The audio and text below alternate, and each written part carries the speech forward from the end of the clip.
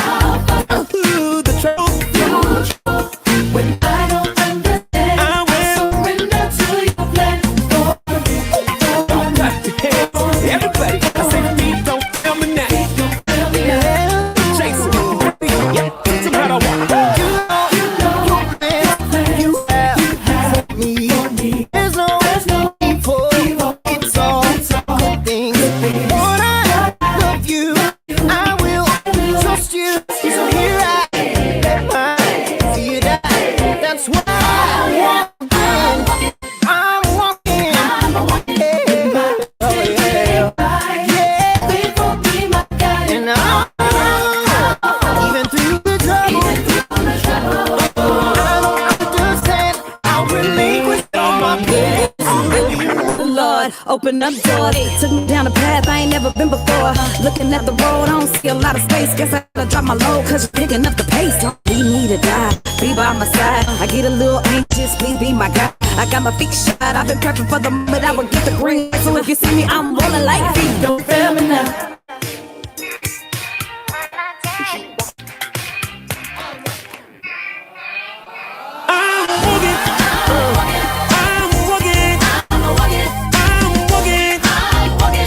Like I am, my faith, I love it, I want it. Anybody else going? Yeah, say I am, I'm walking, when my eyes can't get it right, will be my guide. Oh yeah, I'll follow. When I don't understand, I'll surrender to you.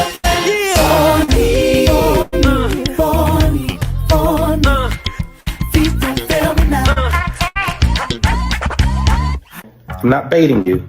I have a very serious question. I do not know the answer to this. So I'm asking you. So the U.S. imposes tariffs on China. China fights back. The U.S. blah, blah, blah, blah. And then China's like, you know what? Here's what we're going to do. We're going to give up all the tapes and basically tell y'all where this stuff really comes from. So like all those really expensive bags and stuff that you think are from these Italian designers that are made in China, and they just ship them to Italy and then put the label on them, and they are marketing these things up 1,000 to 2,000. Let's be clear. This is my question. And then of course China's like, you can come straight to the source and get them on the cheap. From the standpoint of consumerism, what I don't understand is if somebody reveals to you that this product, this status symbol, is really no different than the next, inexpensive or reasonably priced thing sitting next to it. Like they pull the wool back and show it to you. Is the response to say, oh, now I can get the status symbol cheaper, or, oh, it really ain't all that anyway. Why would I spend my money on it even if I could get it cheaper?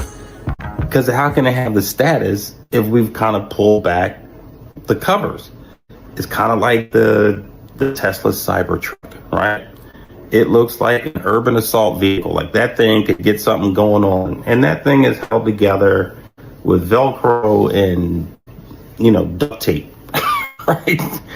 Even if you could get cheaper, why would you? From the standpoint of consumerism, do you still go after the status symbol once you realize that it's all smoke and mirrors? Okay, when we break the news to the kids, we need to do it in a way that doesn't make one of us seem like the bad guy. We need to let them know that we still love them. We just don't love each other. Yeah, you're right. But look, it's okay. I'll start the conversation. If they have any anger, it'll be towards me. They can't be mad forever. Really? Wow. Thank you, Brad. That's very mature of you. Well, they've always loved you more anyway. Kids, put your toys down for a minute. Your father and I have something to tell you. Kids, your mom and I love you very much. So very much. You are just the best kids in the gosh darn world, and we are so lucky to be your parents. And that's why I'm raising your allowance by $5 whole. Yeah! Woo! What? Thank you, Daddy. You're the best dad ever. Brad, what are you doing? You're not getting a bigger allowance. Your father and I are getting a divorce. What? No! Mom! Why? Why are you doing this to us? Yeah, Mom, why? You monster!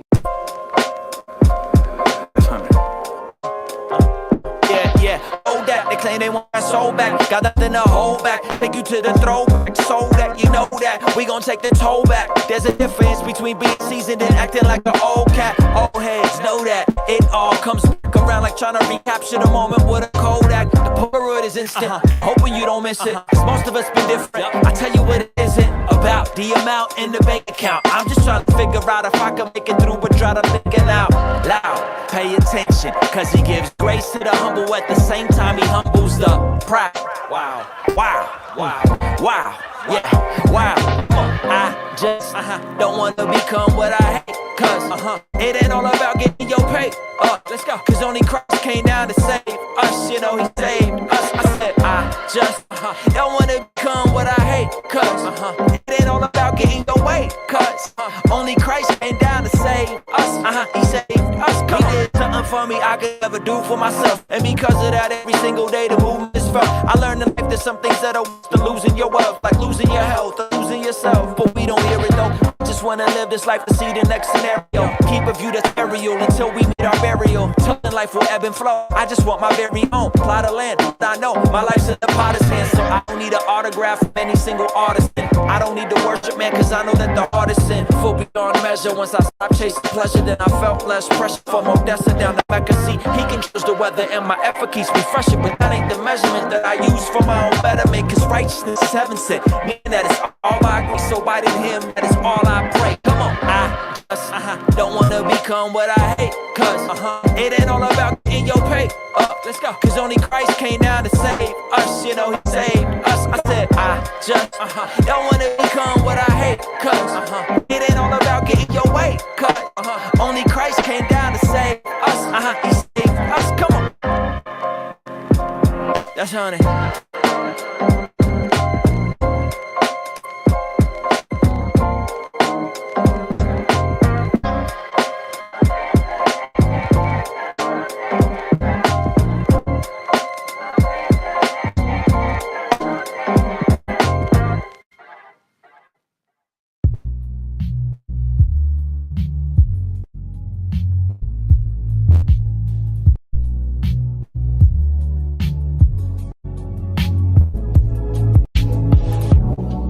No, I never did love, just a pastime.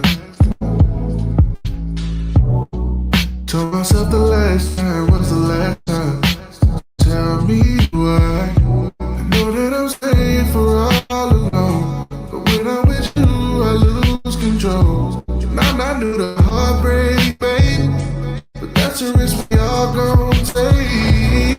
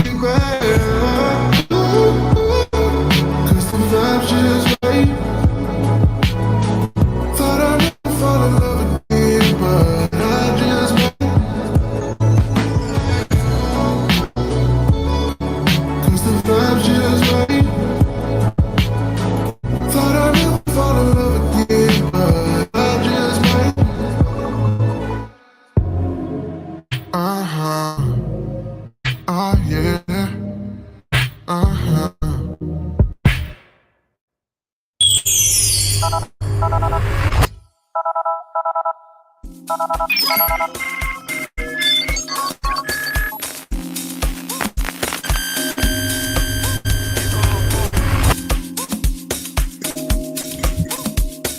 what's up, everybody? Good morning, good morning, good morning, good morning to you. Hope everybody's doing all right this morning. Hey, how y'all doing? Hey, hey, hey, hey, hey, hey.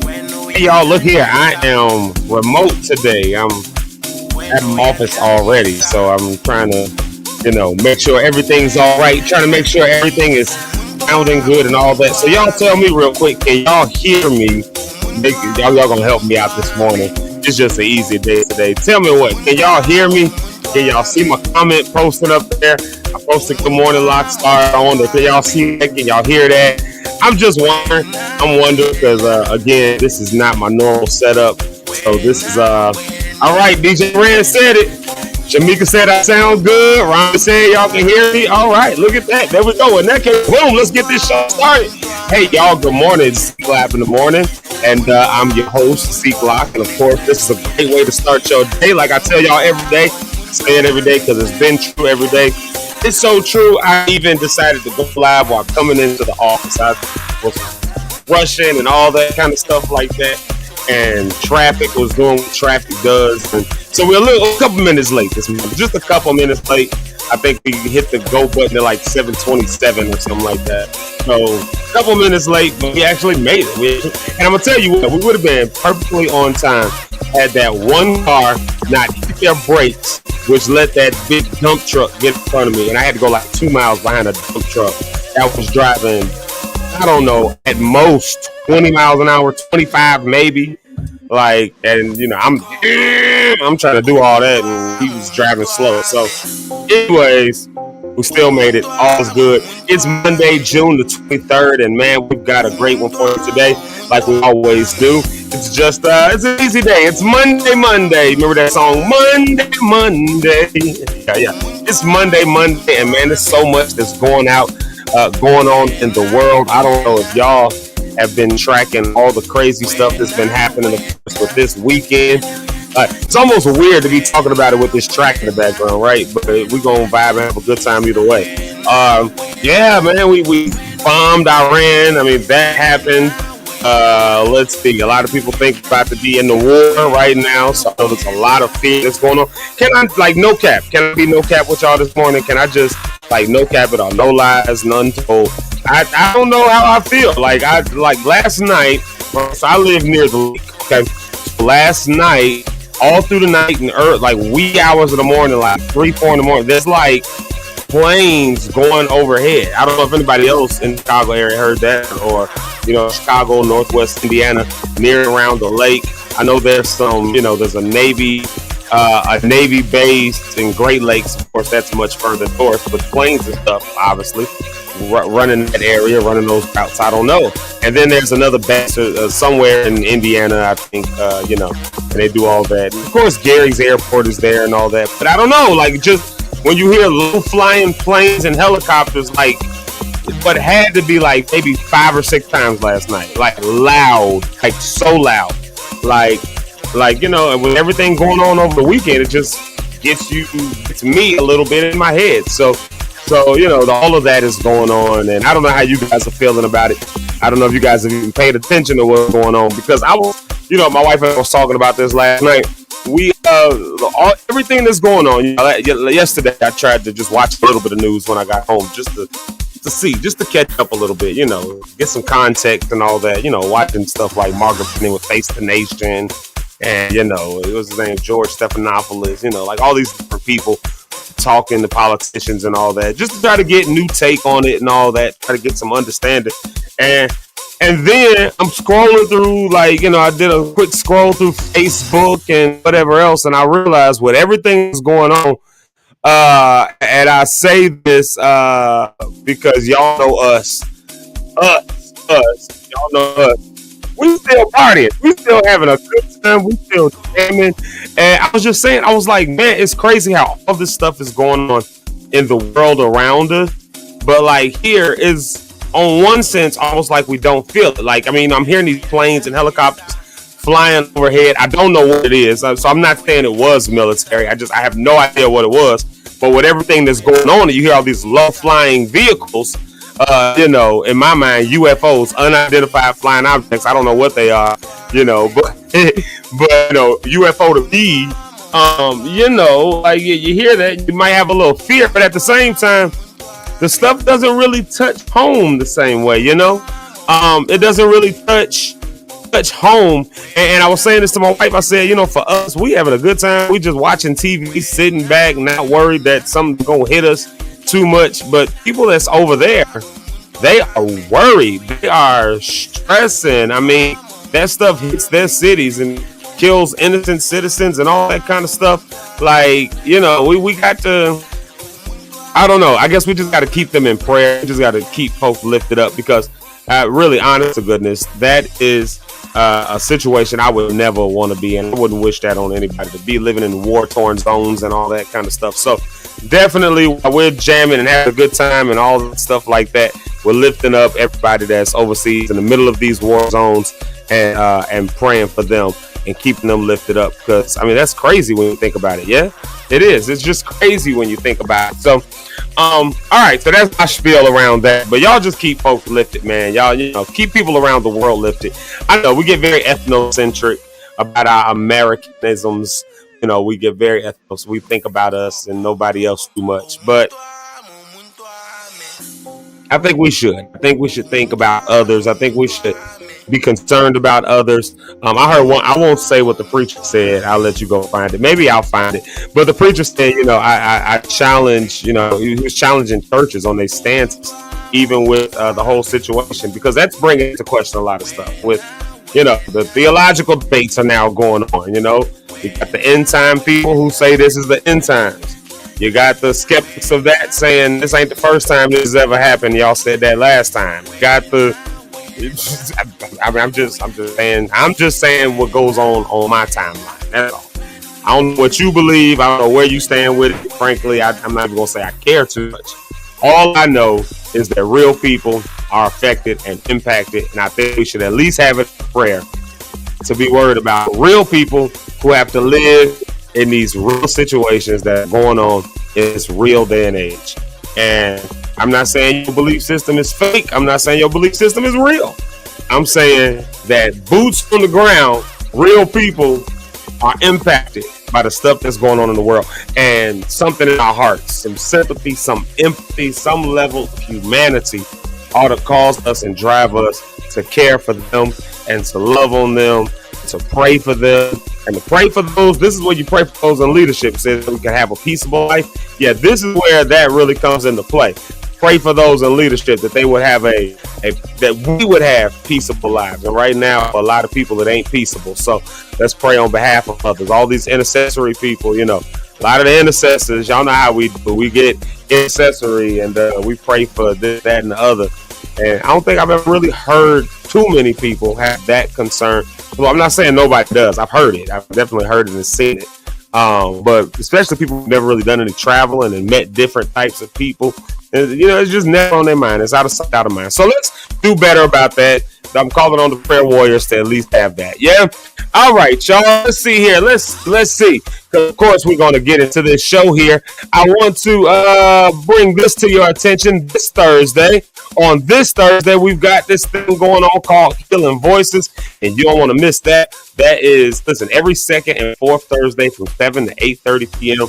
You don't want to miss that. Now, we've got another special one working on as well. That's also coming up. And when we announce that one, listen, I want all of y'all to come to this.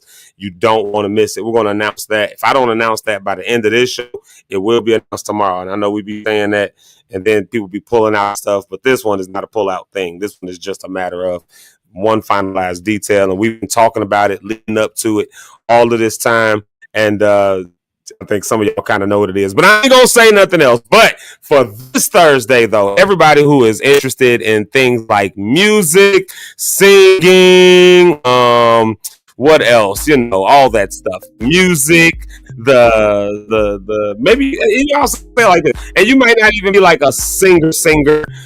You might not be the kind who is into.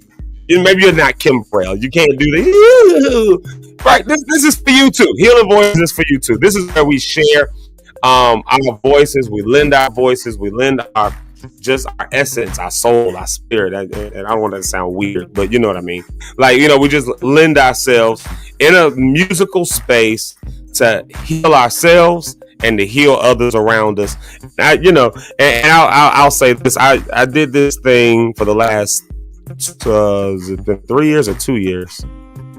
2 years. This would have been the third year. It's on hold for this year, but just due to some other structural things. But for the last 2 years, going into a third year, this thing with Deeply Rooted Dance Company and Blacks in Green and all of these, community-based organizations where we gather stories. This thing called Fertile Ground is amazing community art, community theater, and I'm gonna tell you what, the singing and the dancing and the community, people sharing stories. When you talk about real healing taking place in a space of art, that somatic type of space. When you think of when you look at that, it was, man, when we look back on that, it was just amazing. And I know a few people that's on here, like Marcus and Jamaica, they were part of that. And every now and again you'll see some of those cast members like chime in or whatever on here. But I'm telling y'all, it was an amazing thing. Well, Healing Voices, I won't say picks up from there. But I will say this much: Healing Voices is in that same spirit. It's in that same. It's sharing our story. It's being able to just get it out, and so, and to sing it out. And so, if you want to sing, if you want to sit back and just, there's a dope track playing, just a good vibe, and you just want to write to it, and you just want to start writing the song and write your stuff out. That space is there too. If you want to just sit back and just nod your head, that space is there for you. If you want to, that's what Healing Voices is. It's about healing. It's about sharing story. If you want to, it's about that. It's almost like a support group with music. And, so for those who love to be in a choir and don't want to really commit, you ain't got the time to really commit, but you like, I can come, once, twice a month. I can do that. I can come learn and keep my voice strong, or that's what this is. That's what Healing Voices is. So no big commitments, but definitely a great one. And I see your comment here, Red. This is not this one, although depending on the direction we go, I don't know, not for this one. It wasn't this one. There's another one coming up, but yes, but it is for the same thing though, for Healing Voices, which, as we see here, it's every second and fourth Thursday. It's every second and fourth Thursday. So on the second Thursday of the month, we're gonna do this thing we call Breathe. And Breathe is where it's literally, like I just said, you get to just sit back, be around the music. And then the fourth Thursday of the month, we do what we call Build. And Build is where you get the chance to, if you want to build up your craft a little bit more. That's what we call it, Build. You want to build up your craft. You want to build up your voice. You want to build up your breathing. I don't know, whatever the case may be. If you just want to build with the craft of being on stage, just the performance, we'll build that, because there's something healing about just working towards something as well. So, Breathe and Build, Healing Voices. That's what's going on second and fourth Thursdays. You don't want to miss that. It's going to be a great time, and I'm inviting all of y'all to be there. And then, like I said, for on the 1st of July, we got something going on sponsored by Community Healing Resource Center that's coming up in so it's gonna be like a pop-up situation, and I'm inviting all of y'all to it. I'm already about to start talking about it. So if I don't announce by the end of this show, we announce it tomorrow morning. But you definitely want to come for that. And I'm inviting all of y'all for that. Kicking back, y'all. We kicking back. Right. Now, all that being said. All right, so all that being said, let's get into it. Where are we at right now? 7:54. My goodness. I think I had some water. There it is, some water. So y'all know how to do it. We're gonna do some morning shout outs here. But I think I want to go to a music break first and come back with some morning shout outs. That sound all right? What we gonna be playing today? Let's see here. Let's see. And while I'm looking for that, if you haven't done so already, y'all know all the stuff you can do. You can follow, you can subscribe. And if you do subscribe, please do me a favor and turn on the notifications. I say it all the time, and I'm sure y'all know this by now, but once the notifications are turned on, it lets you know when we're live, when we're going live. It gives all that stuff for you. So please, pretty please, go ahead and do all of that stuff. Do all the things for us.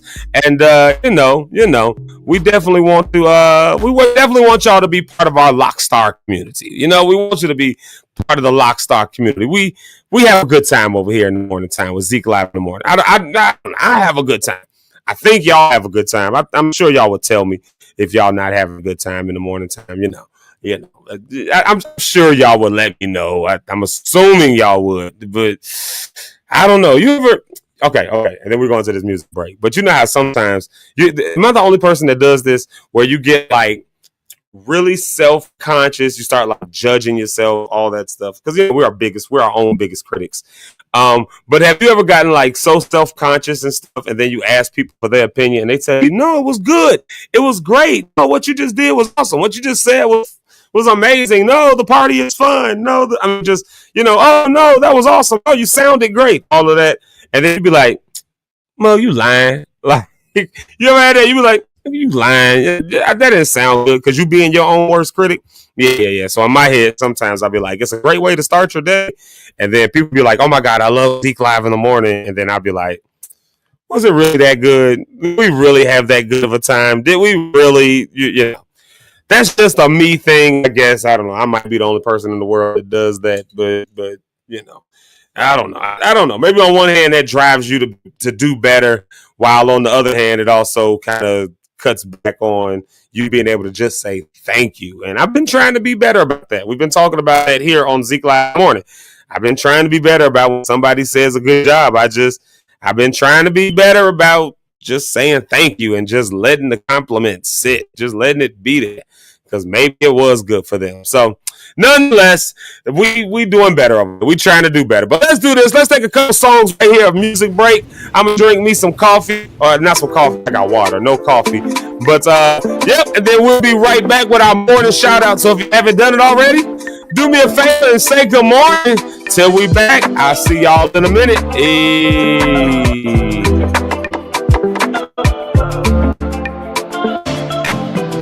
If the lily has no worry, and the sparrow has no care, why should I worry when my Father owns the cattle on the hill? Why should I worry when my Father owns the silver and the gold? So I'm casting my cares on you, casting my cares on you, casting my cares on you, casting my cares, oh, casting my cares on you, casting my cares on you, casting my cares on you, casting my cares, oh, Papa shower your blessings, yeah, shower your blessings, yeah, I don't rush, shower your blessings, shower your blessings, Papa shower your blessings, yeah, shower your blessings, bountiful blessings, bountiful blessings, they come my way. Papa shower your blessings, yeah, shower your blessings, yeah, I don't rush, shower your blessings, shower your blessings, Papa shower me your blessings, shower your blessings, yeah, bountiful blessings, they come my way. So I will be anxious for nothing, supplicate for everything. Why should I worry about my problems when I can pray them off? Why should I worry about my troubles when I can pray my troubles off? So I'm casting my cares on you, casting my cares on you, casting my cares on you, casting my cares. So I'm casting my cares on you, casting my cares on you, casting my cares on you, casting my cares. Oh, Papa shower your blessings, yeah, shower your blessings, yeah, I do brush, shower your blessings,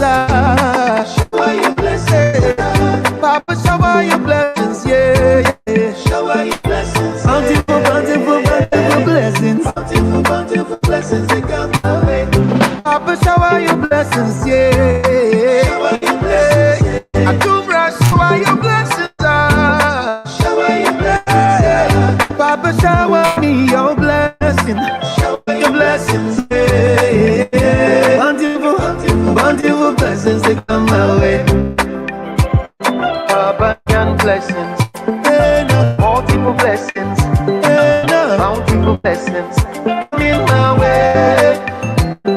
Abundant blessings, multiple blessings, bountiful blessings they come my way. Papa, shower your blessings, I do brag, shower your blessings, Papa, shower me your blessings, bountiful blessings they come my way. Abundant blessings, multiple blessings, bountiful blessings come in my way. Abundant blessings, multiple blessings,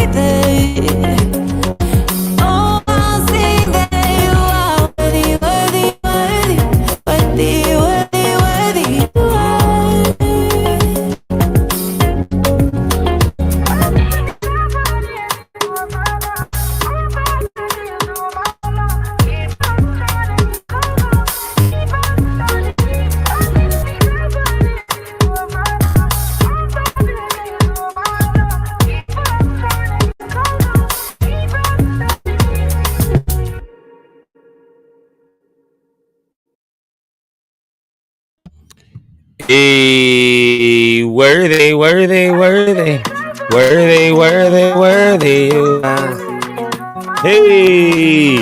Hey, y'all, we back. Glad to be back. Hey, I don't know if y'all noticed it or not, but I don't have beard hair all in my mouth today. Y'all noticed that? I don't know if y'all saw that or not. I trimmed it back. It was too much. I had to trim it back. So yeah, there you have it. So yeah. So anyways, hey, welcome back to Zeke Live in the Morning. Thank y'all for tuning in, for locking in. This is a great way to start your day. If you haven't done it already, subscribe, follow, share, like, share it. Yeah, please share it. I love it when you share it, and I love y'all for always telling people to share. So thank y'all so much for that. Let's do this, man. Let's do some morning shout outs. Let's have some fun with it. Y'all hear Blanca still playing in the backdrop. I don't know if you like that song here. I love all of that. Yeah. All them Afro vibes, them Caribbean vibes, it's just smooth, easy to listen. Anyways, all right, y'all. Let's do some morning shout outs, man. It's always good to see everybody for being here. If you haven't said it already, go ahead and say good morning. Let me know you're here. Let me know you're in the room, in the building. Let me know you're locked in, because we definitely want to acknowledge you and just acknowledge you for being the awesome person that you are. So let's see here. First comment of the day.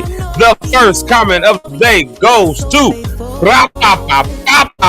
and they came in right at, I swear to y'all, these came in at the exact same time. I promise y'all, as soon as I click go live, these two comments came in at the exact same time. The first one was Mama Miss Sherry. She said, "Good morning, family. Peace and blessings to all of us. Let's stay strong and cool on these hot days and warm nights." My goodness, yes, hot days. My God. Okay, we're gonna talk about that in a minute, because it was so hot. It's so hot up here. It's so humid. Oh my God. Okay, we're gonna talk about that in a minute. Yeah, let's put the conversation in about how hot. Because my God, y'all hot like I was? Was y'all hot like me? It was so hot. Like, we were taking cold showers all night. Like, I'm not even joking. Like, cold showers all night. Like, because like, I took like 4 showers last night. I ain't even lying. And okay, so okay, we're gonna come back to that combo. We're gonna come back to that combo. All right, this comment came in at like the exact time as Mama over here is Mama Pastor Cynthia Cohen. She says, "Good morning, everyone. It's a shiny new week to get locked in." Yeah, it's a shiny week to be locked in, y'all. This is a shiny week, and by shiny, I mean the sun is uber shiny, because my God is hot outside. Am I like, okay, let me just ask y'all this. Were y'all hot this past weekend? Like, so here in Chicago, we were in the 90s. Like, we were in the 90s here in Chicago. And, I'm gonna play this one instead. Yeah, I'm gonna play that one instead. There we go. All right, yeah. So we were in the 90s all week, and so this is what happened in my house. So I gotta talk about it right now. This is what happened in my house, right? And then I'm going back to the morning shout outs. So we rent our home. We don't own our home. We rent. And so they were doing some work on the face of the home. Now, we didn't know they was coming in to do this work. Now, I got to get some AC unit, and actually I got to buy another one, like, to put in. We don't have central air, so we got to use the window units. I just hadn't put them in yet. We hadn't needed them just yet. We had like 1 or 2 hot days, and it hasn't been enough to throw AC units in, because they turned around and got cold again and all of that. So anyways, this weekend we will do some of that maybe. And then we wake up super early on Saturday morning, and there's people outside the window. Now, I ain't gonna tell you all the details. We're just people outside the window. So of course, who are y'all? Why y'all outside the house? They were resurfacing the brick. Like, the landlord, the owner, had them coming in to resurface the brick, redo the mortar, all that. So they were doing that all weekend, Saturday and Sunday. Now, I'm saying that to say this. Without central AC, it was hot in that house. But because they were doing the brick and stuff, like soldering it down, and then the mortar, had to wash it off and all that, we had to close all the windows. So even the draft that had come through, the cross draft, gone. It was so hot and dank in that house. It was so, like, we had to leave. We went to church for most of the day. Then I had some other running around I had to do on Saturday. And then on Sunday, like, we just went out to eat on Saturday. Like, it was, and then yesterday I had work and stuff, and so we were at the house. But by the time they were done, by the time we got home after church, they were done. We could open windows. But I mean, I got a little thermometer thing that's hanging on the refrigerator. It was 91 degrees in my house at the hottest point. I kid you not. And the humidity was reading something like 60, I think it said, like, percent.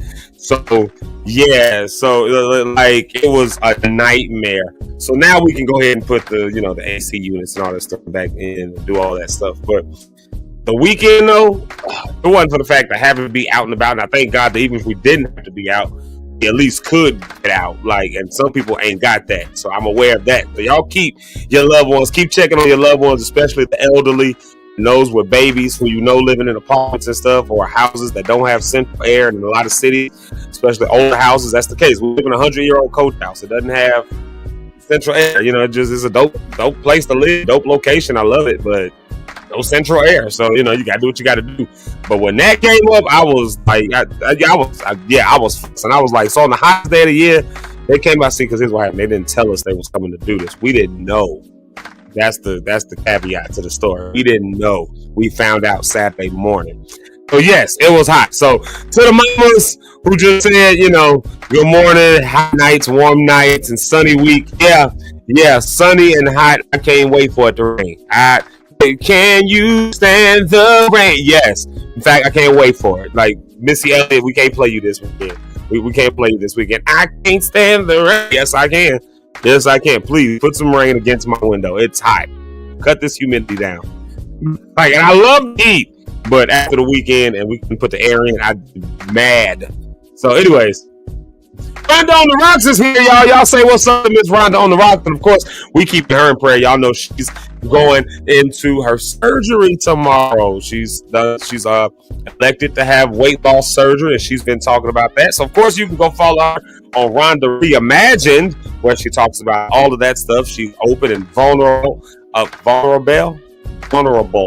about all of that. So yes, please, pretty please go and holler at Rhonda on the Rocks and see her journey and wish her well. Tomorrow she's going into surgery, so today will be a great day to wish her well. I think my wife and I got her some stuff off her wish list. You notice I said I think we did. Because y'all know wives take care of all that stuff. Like, we get the credit for it as husbands. We get the credit for it. But the wife really is the one who... So I'm pretty sure we got some stuff. I don't know. But she has a wish list, Amazon wish list, of course, the recovery process and all of that. So as a community, let's lock in. Let's just show us some love and support. So there you have it right there. Look at that. Mama Jerry is over on Facebook and YouTube. Y'all know she's all those places. She said, let's see, what did she say right here? I'll be in and out over the next 48 hours because I'm getting a new central air conditioning. See, look, boom. I should have saved my story till then. Y'all know it's hot here in Texas, so keep in your prayers as I spend this money. Yeah, because Texas, we was doing, what was we filming? We was filming Hood Book, and so that's down in Dallas. Mama was there. She was there, and we was down in the warehouse, and there's no air in there. When I say we had to film at nighttime because it was so hot. Like, Dallas gets hot, so y'all keep her in prayer. My goodness, and here's our girl right here, Brody Cat. Morning Lock Stars. It's Magnificent Monday. Where the magnificent folks at? It's Magnificent Monday. Yeah, and then y'all know she always gives us the church announcement. Y'all know I got to go find that. Welcome to Zeke Lock in the morning. Oh man, I know she's gonna say Zeke Live in the morning. I know what she was trying to say. I know it though. Welcome to Zeke Lock in the morning with Zeke Lock and co-host Eric Rideout, Rich Holmes, and Rhonda on the Rock. Grab your drink and let's make it a magnificent, mindful Monday. Yeah, be mindful this Monday. Be mindful. I've been saying a lot of stuff about praying for other people. Whole show already I've been saying that. So maybe that's the wave and the vibe for me today. Maybe y'all will join in and lock in with me on that. And mindful of others. That's my thing to be mindful of. And so y'all just need to be mindful of yourself today, mindful of self-care and self-awareness. And Mr. Bill Ellis says like this, minding your presentation. So we need to be aware of minding your presentation. Maybe you've been cussing people out all week. Maybe over the weekend it was hot, you were humid. I get it. You were irritated. You cussed everybody out. Now you got to be mindful of that. You got to go back and make some apologies. I get it. It's okay. Just be mindful on this magnificent Monday. That'll definitely make a magnificent Monday. And then look at our girl right here, Miss Jamaica Lachey. Shout out to her. Y'all know we love her and appreciate her. Matter of fact, since she's on the screen, because I can do this. Let's see here. Since she's on the screen, let's do this for the rest of the morning. Shout outs up. If I can find it. There it is. If I can find it, like I said. since she's here, I know the song. I'ma need you to say less. Yeah, there it is right there. Jamaica Lachey. You can find her music everywhere. Yeah. Hold on.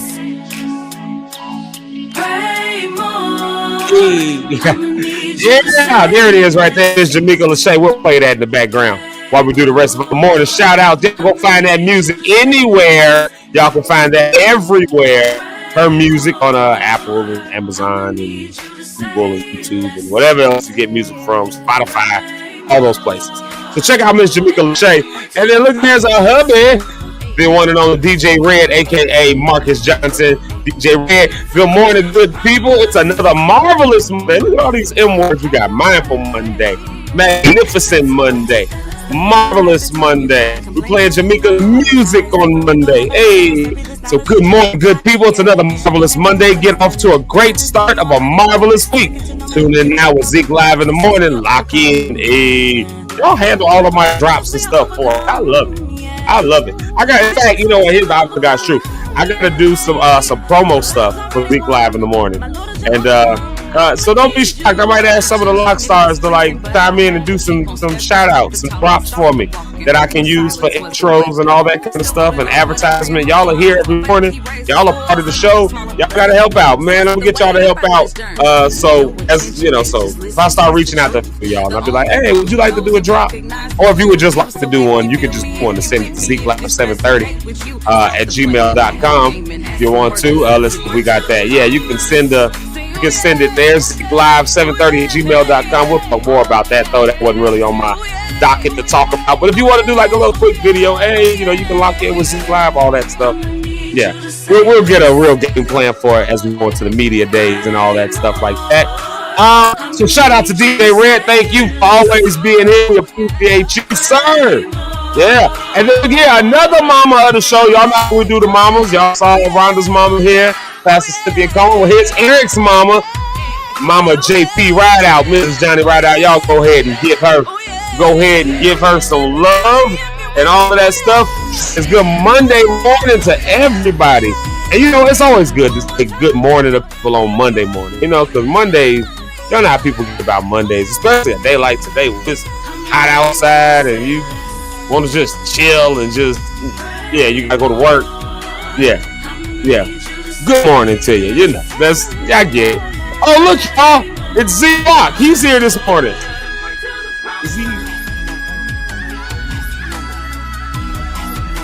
I was just doing that so y'all can get a high note. Jamaica Lachey. Let's see here. All right, let's see if I got any more in here. Rhonda said, okay, green. Yeah, I'm wearing my green today. Y'all see I got my carrot shirt on. Y'all see this? My carrot shirt. Yeah, carrots means that they move this microphone out the way. Y'all can see it. There you go. Yeah, look at that. Carrot. Hey, yeah. So carrots means a whole thing. I don't know if we've ever told all the story behind carrots, but I used to always say, I used to always tell my people, hey, just follow me down this rabbit trail. I promise there's some carrots at the end. And, a couple rough patches, no pun intended, but a couple rough patches, no pun intended. But, I'm even through Zeke Live in the morning, y'all are seeing me in the process of getting back up. So today I felt like, I had some other podcasts. Another podcast I got to shout out to Chat PKT with Pastor Rich Holmes. We'll talk about that when he gets here. But, I felt like today I was going to wear my carrot shirt. I saw this a few months back, and I was like, you know what? It's time for me to start speaking back into myself. So I went and I trimmed my beard up a little bit. Yeah, I dyed it. Yep. No more gray in there. I told y'all that was going away. I can't stand gray. But I said, you know what? Let me put a razor to my face a little bit and trim this back and wear my carrot shirt and try to start looking like myself a little bit more again. Not saying I was, I wasn't looking bad because I was like depressed or anything. It wasn't that. That wasn't the case. But I was just, I really just wanted to see what was going to happen with my mustache and my beard. I really just all I was doing. So I transformed to a whole, as they said, to a whole biblical character, Moses or whatever, But, now not the case. Now, what's going on with these tracks? Why these tracks don't want to play? Hold on a second, y'all. There it is. Okay. Why? Anyways, okay, we back. And we back. Okay. So yeah. So I feel like, I said, let me just go back to myself. Let me start cleaning myself up again and looking like something. So when I look in the mirror, I look and feel like something. And sometimes part of the getting up is the feeling like something. You know what I mean? So that's all there. That's all that. Let's see here. Make sure I got all the morning shout outs out before we go to the next thing. Oh, look who it is. I did miss a few in there. I'm trapping. Look right here, y'all. It's our good friend, Miss Asia Jamal. There she is right there saying good morning to everybody. And y'all know we always tell you all about her stuff. Pure Live. You can go check that out. They just dropped a new thing on Friday, of course. So y'all can go check that out. Miss Asia Jamal, Pure Live over here on the YouTube side. And you can just search out Pure, or Asia's name, of course, but search out Pure on Facebook. But there you have it, if you're on the Facebook side. So, boom.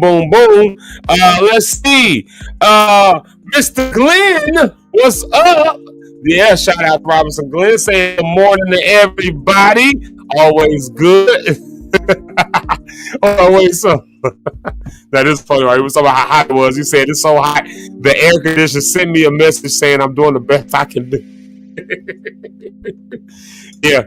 My air conditioning just didn't even get a chance to. He didn't get a chance to get no playing time this weekend. He was on the injured reserve list, and it wasn't even his fault, But I know some of y'all's air conditioners might have been sending y'all messages. I'm doing the best I can do, because man, it was hot. My goodness, I told you, Rhonda, I'm trying to put them in, but this weekend they didn't call me with that silly stuff, and I know it's necessary. It's structurally necessary to make sure the brick and the mortar is together, otherwise the bricks start shifting. He was explaining it to me out there in the hot desert sun that we had. Well, not even, I wouldn't call it a desert sun, the hot tropical sun that we had, because it was so humid. But so it's an important thing you got to do in a brick home. But Jesus Christ, I wish I'd have known so we could have made other arrangements. My God. It feels like I live in Hellmouth. That's hilarious. Oh my God, yeah. Like, listen. I don't know what y'all's belief system is, but if you don't, if you can't handle the heat here, y'all know how old preachers be putting all the time. You can't handle the heat here, then you don't want to go to hell, because it's gonna be hotter than this. And then we start singing songs like hell is a hot place, ain't no water there. I say hell is a hot place, ain't no water there. Yeah, you start singing songs like that. Yeah, it's that weather that make you want to sing stuff like that. I should have started singing that at church yesterday. I should have just bust out with hell is a hot place, ain't no water there. Yeah. So anyways, yeah, there you have it. So shout out to Relentless. It's Relentless Jack. That's a line from a song he recorded with me. Y'all wait till y'all hear that. Every time I see his name, that's all I think. It's Relentless Jack. Oh my God, I can't wait till y'all hear that one. Yeah. Shout out to Relentless. Y'all know he is a movie star right now as well. He's a movie star. He's a rapper, a preacher. He does it all. He does it all. He does it big, and he's a big inspiration to me. So y'all go find all of his music, find all of his things. Follow him. Yeah, follow Relentless. Y'all follow Relentless. We're gonna have him on the show. If not before, then definitely when the movie drops and all that stuff. Y'all saw, Rich was out there on set a few times, a few months back, a couple months back. Let me pause right there. I said a few months back, and we've been doing this for just over 3 months, almost 4 months fully now. And so when I said a few months back, in my head, and I guess it was a few months back, but in my head, this was like a year ago. Y'all know how fast time flies doing all these shows? My goodness, time is flying. So when I just said some months back, in my head, it was like so long ago. Then I thought about it, no, that was literally only like a month or two ago. Like, time is flying, bro. Like, Jesus. Let's see here. Let's see. Look here. Okay, so everybody gonna start roasting me about this weather. Here you go. How you watch the news every day and not catch the weather? Should have had them units in. You a slipping. You know what? Yeah. I listen. I don't watch the news every day anymore. That's the starting point. I don't. I get caught by the weather every day. I watch the news like towards the end of the day, and I tend to watch more national news, because you kind of get around the local stuff. And when you're on the scene, you just don't want to hear sometimes all the stuff. I catch up on the local news here and there, but I kind of find those stories, on the phone and all that. So I'm not necessarily watching the news for local stuff, but the national stuff, I'm always watching it. And yeah, they'll talk about weather, especially when stuff come in. But here's the caveat: I didn't really watch the news. For the last part of the week. I mean, I knew the Trump stuff was going on, but I was kind of like searching stuff out, So, anyways. Yeah. So that happened. Yeah. So I messed up. But that weekend we woke up saying, okay, we need to get this taken care of, to do da. And then people were outside. And we literally laying in the bed, and people outside. And it wasn't like terrible just yet. Like, it didn't get terrible till Saturday. It didn't get terrible till we closed the windows. That's when it got terrible. We closed the windows up, and that changed the whole trajectory of the inside of our home. So yeah. So there you have it. Let's see here. Oh, look here. I'm sure he was talking about when I said we love Jamaica Lachey. I'm sure that's what he said. Y'all get a room. And then shout out, of course, to my auntie Regina. Y'all say what's up to my auntie Regina. Show her some love. She's over there on the Facebook side. And then let's see here. Here's my boy, my dog, my homie. He lives a 3-hour flight away from me in Aurora, Illinois. Every time I come to talk about people in Aurora, man, like that, anything that's on the other side of Chicago, on that side, is a flight away. But that's my dog, Smith Baptiste. Y'all welcome him. Say good morning to him. Oh yeah. And then look here, y'all. It's my mommy. Oh, and yeah, my mommy. Who I did not call yesterday. I was supposed to call you yesterday, and we didn't get home till like 6:00 yesterday. So, and then we was locked in on some other stuff. I forgot to call you. I'm sorry, mama. That's my mommy, y'all. So y'all go show my mama some love. She said, good morning. I needed to hear your voice this morning. So stay hydrated. My mama still loves me, y'all. My mama still loves me. She just needed to hear my voice this morning. So, let's see. Oh, there it is. All right. So y'all show my mama some love. I'm trying to make this thing go off. There it is right there. I was trying to play a nice... All right. I missed the moment. The moment's ruined, guys. It's ruined. I was trying to play a nice little sentimental track in the background. Moment's ruined. It's ruined. All right. Here's one. We just started anyways. Yeah. That one, right one. See that? Bump that. Bump it. Get rid of it. This is what I was trying to play. This one. Didn't even play the right track. I was trying to have a sentimental mushy moment while my mom was on the screen. So anyways, y'all show my mama some love. And then check this out. Red, he just giving me a hard time on this weather situation. Yeah, right here, y'all shout out. Y'all shout out right here. It's my friend, my homie. I don't know. I'm questioning his judgment skills here after we've been in his very specific food tastes. Yeah, he's still my brother.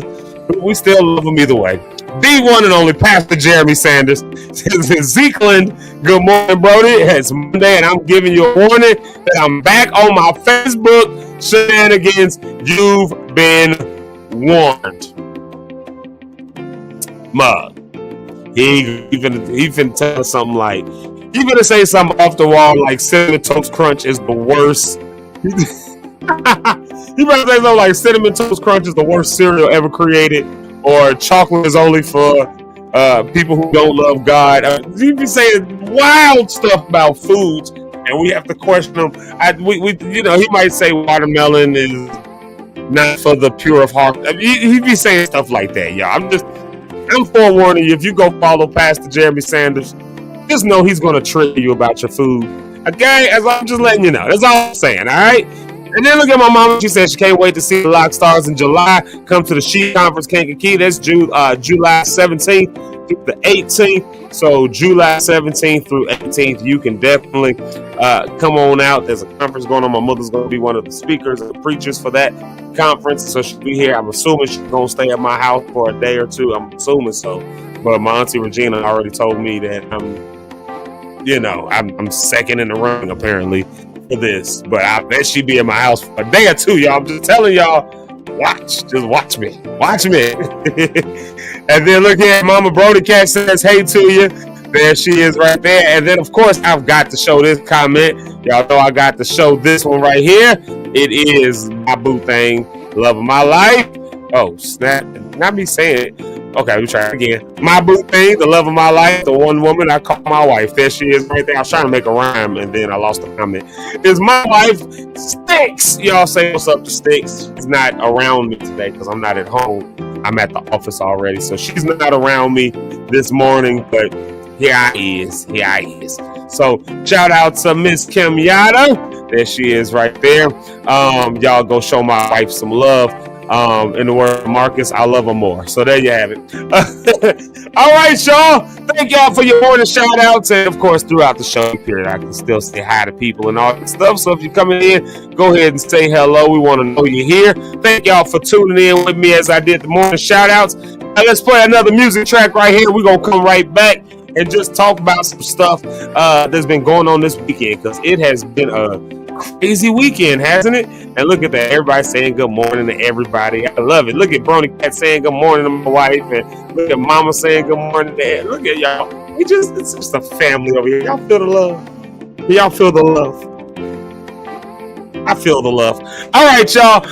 Let's come back and talk about the crazy weekend that we have had. Because like I said, man, has it not been like craziest, just the absolute craziest? And like I said, between the heat and between the rain strikes, and we thought that stuff wasn't going to happen, there's some people that are praising it. There are some people, apparently a lot more people who are upset with it, and we don't know. There's turmoil. We don't know where it's going to send us to, where it's going to lead us. The church folks are saying one thing, the preachers saying one thing, the theologians are saying another thing, the news broadcasters are saying yet another thing, politicians are saying even yet another thing. Everybody's saying something different, and yet we all the ones that got to live with it. So let's talk about it, y'all. It's Monday. We ain't gonna let it get us down. I'm gonna tell you that right now. I ain't gonna let none of this get me down. I dyed beard this weekend. I had time to be down with a dyed beard. I got to be outside. So I don't know how it's impacting you, how it's affecting you, but it is what it is. It's the facts of life, and it's where we are right now.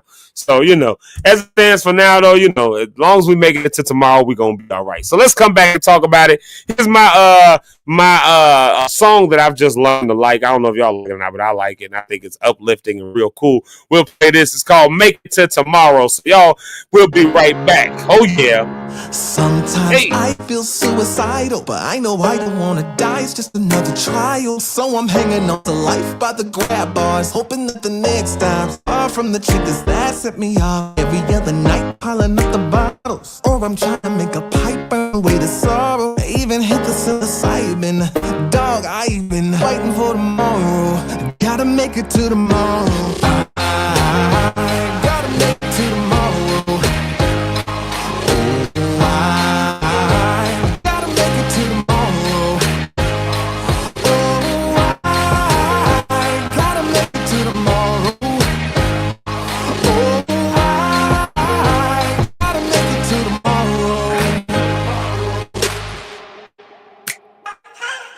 Now I'm about to go outside, get a little bit of sunlight into my skin. About to take a jog for the endorphins. Sure thing, know this depression won't take me out. About to make a call to my closest friend, get a laugh and hug myself in the mirror for a minute. I'm trying, cause I wanna make it to tomorrow.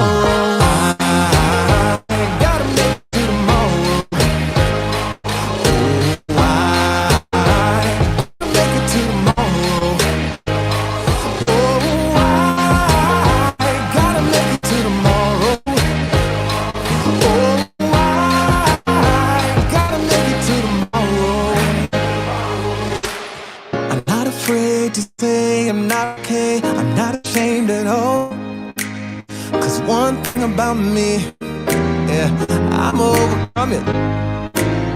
I'm not afraid to say I'm not okay. I've been here before. One thing about me, I always overcome, and I know I'm gonna fly when I make it to tomorrow. When I make it to tomorrow, gonna make it to tomorrow. Oh, I gotta make it to tomorrow. Oh, I gotta make it to tomorrow. Oh, I gotta make it to tomorrow. Oh, one day at a time, I'ma make it to tomorrow.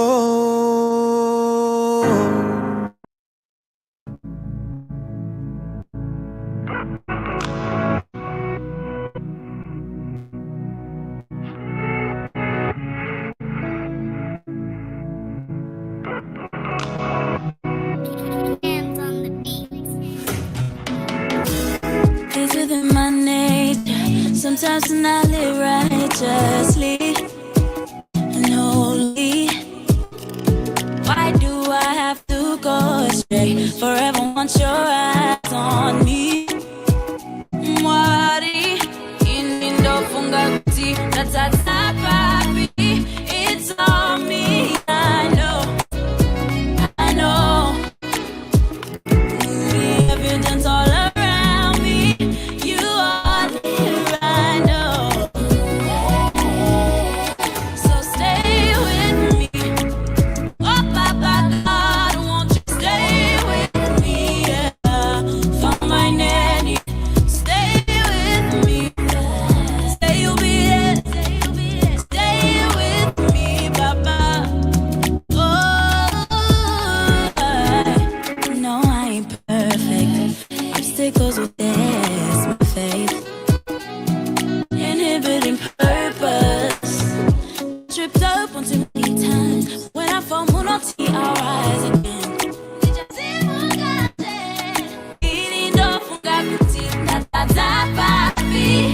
It's all me, I know.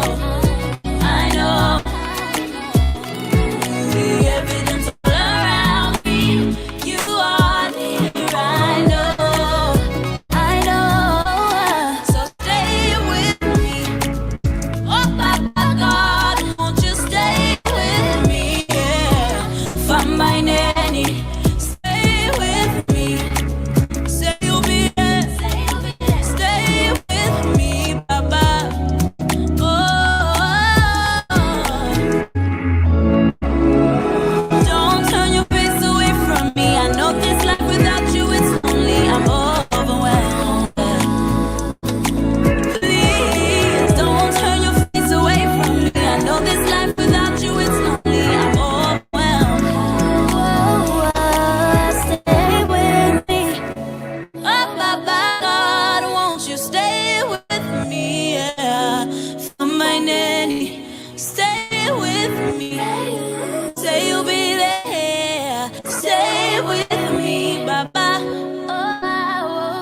So stay with me. Oh, Papa God, won't you stay with me? Yeah. For my nanny, stay with me. Say you'll be there. Stay with me, Papa. Oh,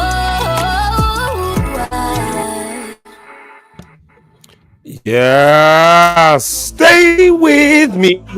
Stay with me. I love that song. Oh man, stay with me, and I gotta make it to tomorrow and all that good stuff. I love that. I love that. Those are good songs.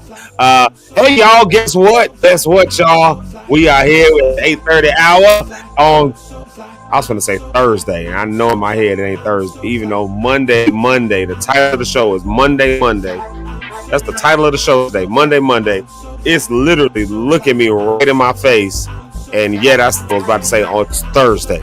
It's not Thursday. It's Monday, June 23rd. You're locked in with Zeke live in the morning. Check this. Let me go ahead and do this one more time. since we're in the mid-hour, let me go ahead and throw this up there one more time for you. If you have not already heard about it, the good thing that's going on, this cool thing called Healing Voices, I want to see y'all. That's this Thursday. It's every second and fourth Thursday of the month. This is, trust me when I say, you want to be in the room, especially if you love music, but especially if you just love music. I don't mean if you can sing, dance, or anything else like that, but if you can, it's also for you. This is for everybody, and this is a real healing space. This is music being used in a therapeutic way. And so I would love for y'all to be there this Thursday. So if you haven't heard the news, there it is. At the 114th event ends here in the Chicago area. No, we won't be going live on the social medias. No, we won't be StreamYarding it and doing all of that. You got to be actually in the room. It's a sacred space. So you got to be in the room for that. So yeah, that's happening. That's going on there. So y'all, let's do this. Y'all do me a huge favor. Do me a huge favor. This man has had a very, very, very busy weekend this weekend. Like, he's been all over the place. Y'all heard him talking about it. So we had to ask him a couple of those questions when he gets in. So do me a favor. Y'all welcome to the stage my friend, my brother, the one and only Eric Rideout. Man. if my mother hadn't called me, I thought I was on the show this morning. That's how sleepy I was. Because when she texted me, she was like, hey, you gonna be on the show this morning? I'm sitting there like, I am. I was like, wait, I'm not. Dude, I was knocked out. Wow. Yeah. It was a long weekend, man. I mean, yeah, you should have stayed asleep. I just assumed you was either sleeping in or you were traveling. I assumed one of those things was happening. Nah, people get up every morning with us. You owe them. But no, it was a long weekend, man. We had a crazy weekend. I think we left Saturday. We got out there around 11 something. Then we didn't get into bed till after 1 because rehearsals and stuff. And then up and out the door at 5:45. And when I got back home, I was up from 5:45 a.m. Sunday until 1:30 last night when I got in, and it was just that was it. I checked out. Dang. But it was a good time. And if you were thinking about time in the consideration of if you just stayed Central Standard Time because you had to come right back, then technically it was up at 4:45 in the morning. 4:45. Right? Yeah, that's the thing. That Central Time. Yeah. It don't matter where you at in the world, you still operate on that time you operate on. Yeah. You're still up that many hours and all that stuff. Yeah. It was rough, but in all goodness, in all reality, though, it was a girl. I mean, thank God, my daughter went with me. She hung out with me this weekend, and it was a good show. Though the shows were great. Ty Trippett, we did 3. A triumph to do them early morning runs. Mm-hmm. That sound check was at 6:15, so that's why it was. It was early. So man, by the time level of commitment, man, by the time they got done sound check and Ty's performance ended at 1:05. His flight was at 2:05. So I'm looking at the clock. And he was like, what? And the church has police officers on duty, and they gave him a police escort to the airport so he could get there. It was hitting. Get done there. You eat. After that sleep, that tiredness starts settling in. Yeah. I literally took. Still got to drive home. I took a 20-minute nap around. Before me and Deja left out. I woke back up, said, okay, I'm up. Went, she hung out with some friends in Detroit. I left there and went to Fred's gig, and they didn't, and that one was outside. Yeah, and it was that heat yesterday. But the good thing for us, they had a trailer. So we sat in the air-conditioned trailer, till he went out. He hit it, but Fred was like, I'm feeling good. We're going to do an hour today. Hour? I thought we were going to do it in 30, 45 minutes. So he did an hour, and some change set. He got done by 8. It was time to roll, and then I'm like, okay, it's still daylight, 8 o'clock in Michigan. I'm like, yeah, we're about to hit it. And pause. And around. And I think about it, I said, where's Deja? I call her, oh, Dad, we all at the movies and all the. She didn't catch up to me like an hour and a half later, and that's when we left. But it's just, when you got to catch up. And this week was busy. Healing Voices Thursday. And then Friday, I'm going with Brandon P. He's doing fellowship for their youth event that, remember, LXW did it before. Yeah. Yeah, but it was good, man. It was good. Just busy. And your boy ran the band for us this weekend. Jeff couldn't go; he had to go out of town. So Russ, Russ did, right? Shout out to Russ. On his Facebook page. That dude brought. When I say these next generation of musicians are crazy, dude, he brought this kid from Chicago. He's 20 years something. And the bass player, them three, and then there was an organ player from out there who's 20 something. And it was, I was like, the whole while he's singing, if you watch the videos on Russell, he's turning around and he ran and jumped up on the stand where the drums was, and he's jumping and back and forth with the drummer. He started acting like he was playing the bass. Russell doing something, but as a musician, when you hear stuff, when you perform it, you go turn around and look like, oh my God. Yeah, sometimes you turn around and it's like, hey, I like what you did there. Hey. Or sometimes you turn around and you go, hey, settle that down. I don't say that over the microphone. Hey, settle that down. Hey. It was crazy. Russ, every time they turn on and look at little Russ, you be finding these guys. He's in Chicago, got a plethora. And prayers for Todd Trevitt too, by the way. He had to do that performer face yesterday. He got up in his thing, and his head is sick, really, really sick right now. It's like bad situations that he need to be prayed for constantly. And he would get done performing, and as he worked on stage, the tears start. He break down again. And I got it. And he get back on stage. He's smiling. He's jumping. Doing him on stage. I know that feeling. And he said, "I got to the choir." I know. Yeah, you know how to go. He said, "I got to hold on to the word I tell people every day, and that I preach and I sing about. I got to apply it." Yeah. It's crazy is people don't understand what that is, because like you said, they see once you take the stage, it's like when I was sick for that 2 weeks, and it seemed like I couldn't get well. Like I'm still dealing with that cough. Like I was going back and looking at some of those things, like looking at some of the just looking at the replays, and I was going like, I wonder if I was looking and sounded sick. Like was I looking and sounding like I was actually feeling? And me and my wife sitting there, me and Sticks, we looking at it, and I'm going, I don't look sick at all, like on this. Like people probably don't believe me at all when I'm sitting here saying, y'all, I'm sick. Like I don't feel like people probably don't believe me at all because you're putting that face on. Performers do that. They put that face. You got to put on that face. If you all want to see the performance, go to my Facebook page this morning. It's up there. It's already up there. If you see him, you won't see none of that. But when he was done on the stage, either he on the phone with his family, calling back home, or he just taking walks. Because they had the whole side of the building. We were convinced that it locked on. He just walked. He said, I'll be back. And then he just go for it. And I know who it was. But, and on a lighter note, man, your boy is got picked up through some off-Broadway productions. So, Gary. Oh, nice. He's off-Broadway. That's good for him. That's right up his vein, too. He's got one of the best voices. Very smooth voice. Love him to death. Yeah. So, yeah. Shout out to him. Yeah, that's my weekend. So keep Todd Trevitt in your prayers, him and his family. And my mom says, if those desiring performers life, how about you start working on discipline so you can handle the greatness physically, mentally, emotionally, as well as spiritually. Ministry ain't for punks. Yeah, people ministry ain't for punks. Stage performing ain't for. You know what they think it is? They think it's about being famous, being on the stage, traveling, people screaming your name. And I looked at that yesterday when Fred, we got done, and the way we did it, as soon as he got off the stage, the truck pulled up to the stage so he could just walk off the stage and get right in the car. And the security couldn't hold up. It was so many people surrounding the car. They would hold on to the car, and I was telling people, y'all got to move so we can go.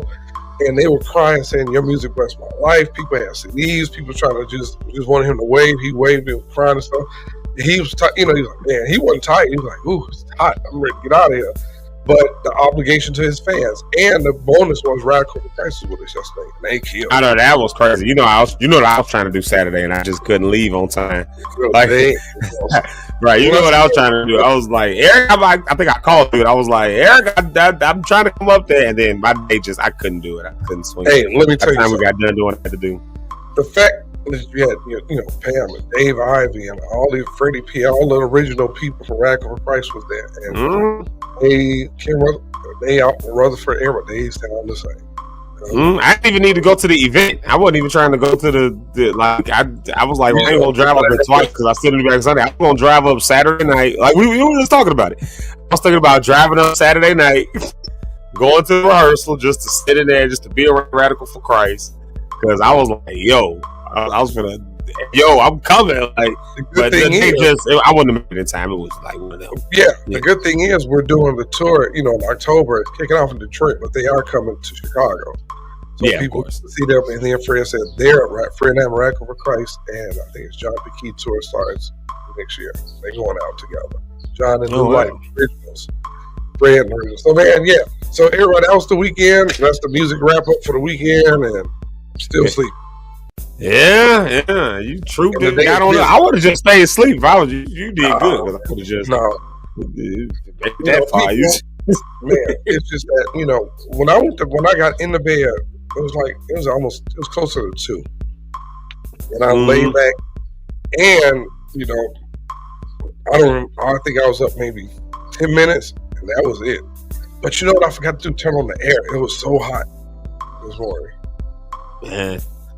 Bro, I don't know if you heard my story. You were asleep, so you ain't hear my story. We ain't had the air. We ain't put the central. Well, we don't have central AC, but we ain't put the units in yet. So we ain't put them in yet. Right. And so we was gonna get up and start doing this stuff this weekend. They resurfacing my house, the bricks, not resurfacing it, but just like working on the bricks. Yeah. We didn't know they were coming, so we woke up early Monday morning. I'm sorry, not Monday morning, Saturday morning, and there was people outside the window. Me and my wife laying in the bed talking about what we was gonna do. I mean, it was early, like 7 in the morning, like, so it's early. You know, the window is open. It's a nice Croft Drive. It's me and my wife laying there, so let y'all figure out what that means. But and somebody like outside the window now talking, and we like, who is this? So now, of course, like, hey, who y'all? Why y'all outside my house? Like, and turns out that the landlord, y'all know we don't own, we rent. The landlord was having the bricks redone on the building, but nobody told us anything. So now, of course, doing the AC units and stuff for the day was out of the question, because now we couldn't even have the windows open. We had to have all the windows closed because they was, you know, the dust and stuff, and then they had to wash all that off and everything. So that was Saturday and Sunday. Now, luckily, we were gone all day. I had stuff to do all Saturday, so she stayed with me. And then Sunday, of course, was church, and we were there forever. So I didn't get home till like 6 o'clock. Like, we didn't get home till like 6 o'clock. I couldn't even believe it. But yeah, just late. So you know, just meeting and talking and doing all the stuff. But anyways, nonetheless, we were gone for most of the day. But by the time the nighttime, oh my God, like cold shower on cold shower on cold shower on cold shower. So many cold showers. Man. I forgot when I left because I thought it was going to rain. So I closed. I normally leave my windows open, bedroom, my back room, living room, and the air still circulates. And I'm on the 3rd floor, so you know heat travels this way. And I left and said, "Oh, let me close my windows. It's gonna rain." So all the windows were closed. I came home to a closed up house at 1 in the morning. That heat hit me. It felt like outside. I'm like this. I still went to sleep. I turned on stuff. I said, well, I don't want to. It was just rough. I opened windows and got in the bed, turned on my fan that's in my room instead of the air conditioning units I have. You know them ice packs they have, the ones you put like on your head. Yep. Like when I had one of them, just like I'm talking like taking cold showers, getting out, not drying off, just walking around the house, just buck naked, wet, just dripping, just trying to let any air just hit my body. Yeah, and literally that's exactly how it happened. Like within, let's call it 10 minutes, I'm completely dry. Like, you know, and like 3 or 4 times, I said, "My God!" It's 8:53 in the morning. It's already 82 degrees outside. Ain't that crazy work? And you know what? We were hotter than Texas. This area was hotter than Texas yesterday because I was talking to a friend of mine. It was 84 here.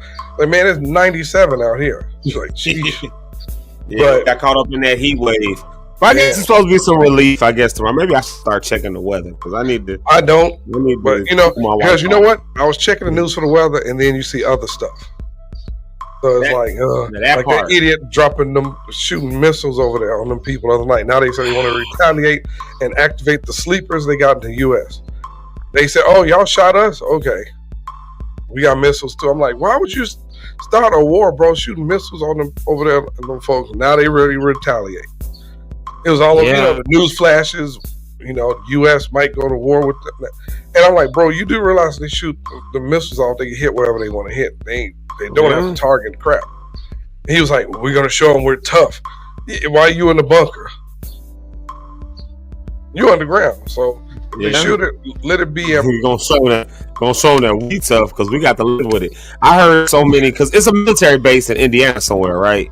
Yeah. It's a military base in Gary or something. Illinois. Like, yeah, and then you, of course, like Great Lakes with the Navy base up there. Then you got the military bases and of course there's a couple of Illinois. But we heard, like last night, I heard, I'm close to the lake, so low flying aircraft, so helicopters, planes, probably like at least 5 different times. Yeah. In a period of time, like, and we couldn't see it. Dark, it's nighttime. We in the bed. It's hot. I'm not trying to get up. Y'all had the black ones. Them black. You can't see them. You just hear them. and this is the thing. Like Todd was saying. Todd said, "Did you?" I mean, of course, we know biblically this stuff's gonna happen. Todd said, "But did you actually think, bro, you would be seeing this?" He said, "I always thought it was gonna happen." He said, "I didn't know I was gonna have to live out some of, see some of the stuff that we see." And he said, "This is crazy." He said, I wake up to seeing them. He said, I'm like, wait, we in Florida. We got bases out here. And they said, and the guy, the Iranian guy, he was not scared at all. He went live and said, oh, y'all bombing us. We about to show y'all some stuff. Every state in the U.S. got sleepers, agents. He said, we about to show y'all. And Trump, like, we're not going to let them fighting us. We're tough. And wait, underground, looking at the camera, we're tough. Am I safe in here? Yeah. Okay. We're tough. Man, I'm like, go ahead. No, I was going to say, you know what I honestly think is going to end up happening? Oh. I think all of this is going to die down and pick back up somewhere in the next 6 or 7 years. Under the next presidential regime. I think that's what's going to end up happening. I think they're going to just end up getting the Ayatollah out of power. That's what I really think is going to end up happening. You know that's what they want at the end of it. I saw Margaret Brennan pushing the Secretary of State yesterday, Marco Rubio. Which, by the way, Marco Rubio, I was watching that interview. He was like such an a-hole during that interview. Like, I've always really liked him. Like, I've always thought he was even. And then you watch him, you're like, this nigga. I mean, this dude's a jerk. Like yesterday, like since being like part of the whole team of the whole Trump administration, he's showing who he is. Like, his personality is different now. Like, I did not enjoy watching that interview. It was like everything was so hostile. She wouldn't even ask him pressing questions. I promise you, it wasn't even super pressing questions. It was just like basic stuff. It was like, no, because we're such and such, and this is what you guys always report. I'm like, Marco, brother, like settle down. Y'all supposed to have a victory, like. Be happy. I mean, I get it. I hear what y'all saying, but no, Jesus, they are all on this. He got the gas in their back. They all, we're tough and separately they all cowards. And you're right, relentless. You're right. Pause. What? Yeah, that was a pause. Culprit. You made. We need the pause police. We need to have the pause police. He said he is. He said he the pause police. So, and every time we say something, like we have somebody just get like pause button. Every time they say something, it's just we had one of them pause moments on the bus. Fred, we all sitting there. Was it? And somebody, Lacey came home. Somebody, they said, "This packed. Are we all gonna fit in here together?" I was like, "Wait a minute." He said, "Pause." he said, "Get off." He said, "You get off the bus and come back on." And that was Lacey. Differently. I think it was Lacey. Yeah, Lacey. Oh, he played with y'all. He hit with y'all. No, yeah. Lacey was on the. Lacey was on there. Philip had another gig, so Asaph played, and Morgan. Morgan been playing for Fred. Since Frank lost his mom recently. Yeah, and Rashad Kim. Yeah, that 3-piece was a monster too last night. Dang, I would have came up just to see everybody. Dude, it's they brought you up yesterday. They said, Fred was like, man, nephew, Chicago, tell nephew, he got to come through there. And we was like, yeah. Dave said, but tell him not to bring with him. Here they go with this kimono stuff. All the time, I got to hear about this kimono. They were right to it. That's right. But after that, man, it was cool. But yeah, man, it's like every day I sit and I tell God I just appreciate life where we at, and in the climate we're in. Like, I watched something that made me laugh the other day, and I was like, good for him. I don't know if you saw this black lady went to get her car fixed. Did you see it? And she went to the car place that was a pause. Yeah, Wait, this pause police going on. Wait, what did he say? That piece was a monster. Oh man, that is one. Thank you. Man, y'all, real quick. My auntie Elaine is on here, y'all. That's my auntie Elaine. She's on here with me this morning, all the way from Vegas. Auntie Elaine, we love you too. Man, I don't know what that means, but the only other person on here that know what that means is Jamaica. My aunt Regina told us what it meant. Jamaica was there, so Jamaica, she's part of the family now. Thanks, Dre. I just read. You're right. I'm slacking this morning. I'm sleepy. The last thing I was gonna say was about the what was it about the show? It's just appreciating life every day and where we are. And you know, it's like I'm not gonna live in fear of what's happening or what's coming. You know, I just like my pastor just used to say, you just live prepared and ready for what's happening. Mm-hmm. And because if you just watch the news, you're terrified. You're terrified to go outside. You're terrified. And even though the things they are saying may be true and scary, you know, this goes to what we say as Christians, right, all the time. Where's your faith and your trust and your protection that God is going to, you know, do what he said he's going to do. But man, relentless, that I almost had another moment right now. I was about to say. My wife was talking about. What you going to say? Man, I'm relentless. He was about to pause me again. And this wasn't even man, I was about to say, relentless, bro, thank you for staying on top of us. I'm like, pause. I'm like, man, I don't know what's going on. So relentless, man, just thank you for being you today. Everything ain't nothing coming out right this morning. Sorry, everybody. And you know what I meant by that. Like, he's watching and making sure we say the right thing. But if I'd have said that, I didn't say it. I thought it. I don't know what's going on, man. And that's why. But the thing is, I said it in my head. I said, "Man, thanks, bro." I'm like, nope. Don't say that. Don't say that. And the thing is, it's not just us. It's men all over the world that's with that. You know? Wait, that is another one. You're right. I know. That's why when I say, I caught that one. Nothing's coming out right today. Whoa! What is happening? I'll tell you what. Let's do this. Let's get a quick music break or something. Bring Rich Holmes up or something. Rich, I don't know what's going on today, man. I can't get it together. Eric is pausing it up today. Oh my Lord! All right, y'all. Let's do a real quick music break right here, and of course, y'all know we're gonna come right back. So y'all don't want to miss out on it. So we're gonna take a quick music break. We're gonna come back, and Rich Holmes is with us today. So y'all get ready. We're gonna have a good time. Some more. We're gonna talk about all the stuff that's going on. And, you know, just hopefully you're having a good day. That's what we're going to do. So, till we see you in a couple minutes, come on, let us know you're here. Eric with pause moments. My God. It keeps bringing me joy. Each blessing I receive. It keeps bringing me joy. Yeah. Okay.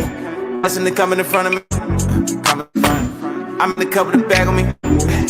How you feel? Like I'm a piece in this heavenly? Yes. We not the same. Keeping the fake up under me. You know. Yeah. I gotta go. I'm in the league. No checking the scope. Plain to see. Reap what you sow. You cannot face me. I gotta say this life is amazing. Yeah. 1, 2, 3, 4, 5. Time he saved my life. Come in with that talk. Please don't kill my vibe. Shorty got that walk. She know what I like. Yeah. With the gang and it's some shot, yeah. Okay, I'm in the still, I got it through. Look at the pedigree. Okay, I never lose when I'm in the move. I'm leaning on the cheek. Okay, dipped in the water, only the father coming in clutch for me. Coming in clutch, yeah. It's falling down on me. You keep bringing me joy. Each blessing I see.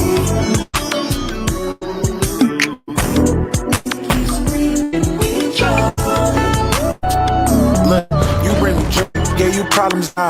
Why would I give up my core? Belief in you gon' change my war. Make me feel like I'm the world. Well, maybe I'm not sure. Just make me your little vessel. I won't wrestle with you, look. I got all these blessings raining. I'm gonna need a new umbrella. We don't do that stressing, baby. Faith gon' work in any weather. Once I gave them all of me, I just hit the Hall of Fame. We take Jesus over shame. Got no limits, but nah, damn. They say no, I'm still a saint.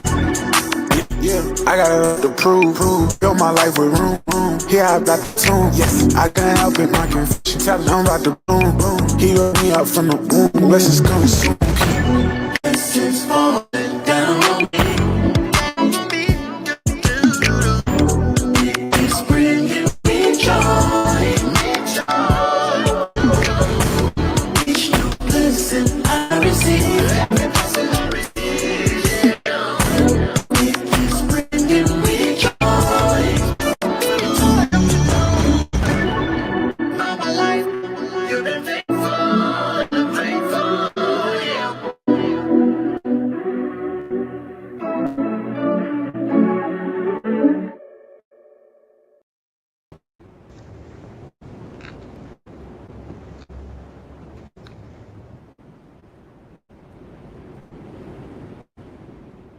Do you wanna be great? Do you wanna be great? Do you wanna be great? Do you wanna be great? Oh, do you wanna No, our motto is when they go low, we go high. It's time to shift the culture, move with focus. Rise above and lose emotions. It's hard to fly when nose is close to you, keep pulling you down. Yeah, off my chest, no more excuses. Scared to death, but I can't lose grip. I'm scared to jump, I'm scared to fail. I'm scared of you, I'm scared of myself. But what is life if I can't be great? And if I die on my knees, let it be, cause I'm praying. And God saying, well done, cause I'm gonna be great. Gonna be great. Gonna be great. I'm gonna be great. Ooh, gonna be great. Gonna be great. I'm gonna be great. Yo. Gotta be better than good at it. Swear the goal is to be bigger than everyone before us. Gotta show my son and daughter that just because they're your idols, that don't mean they won't be rivals. I'm looking at it like I was him, and I'm just trying to show them it's all in the passion. I got dreams bigger than life, only I can imagine. Just want my expectations, it was meant to be to have at it. So I'd rather overdo everything than half-ass. That's why I remain to speak my peace and stand my ground. Keep my head high, won't swallow pride. Just take my time, won't compromise for nobody, cause we all can be somebody. Gotta figure out where you wanna be rather than just a wannabe. Donnell Jones, cause it's where I wanna be. A lot of my past is so much more in front of me.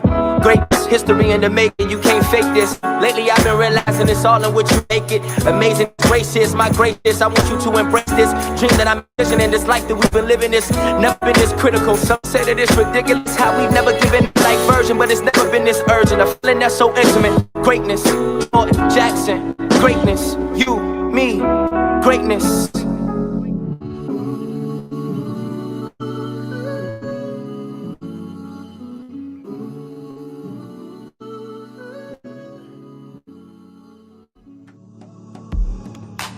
Hey, don't you wanna be great? Don't y'all wanna be great? Huh? Anybody wanna be great? I wanna be great. I feel like I'm great. I feel like y'all are already great. You guys are Lock Stars, and Lock Stars are the greatest people I know. So shout out to all of you Lock Stars because you are already great. And continue to be just that. Continue to be great. Hey, y'all, if you haven't already done it, please do me a favor. Please do me a favor. Go ahead and like and subscribe and all that stuff over here on the side. Y'all see all the stuff over here on the side. You see the stuff. YouTube and Facebooks and Instagrams and all those things of that sort. Y'all go ahead and follow me over there. Subscribe to all that stuff. I'm going to throw it out there one more again. before we bring the next folks to the stage. I'm going to throw it out there one more again. If you have not heard the news, if you haven't heard about it already, this is going on.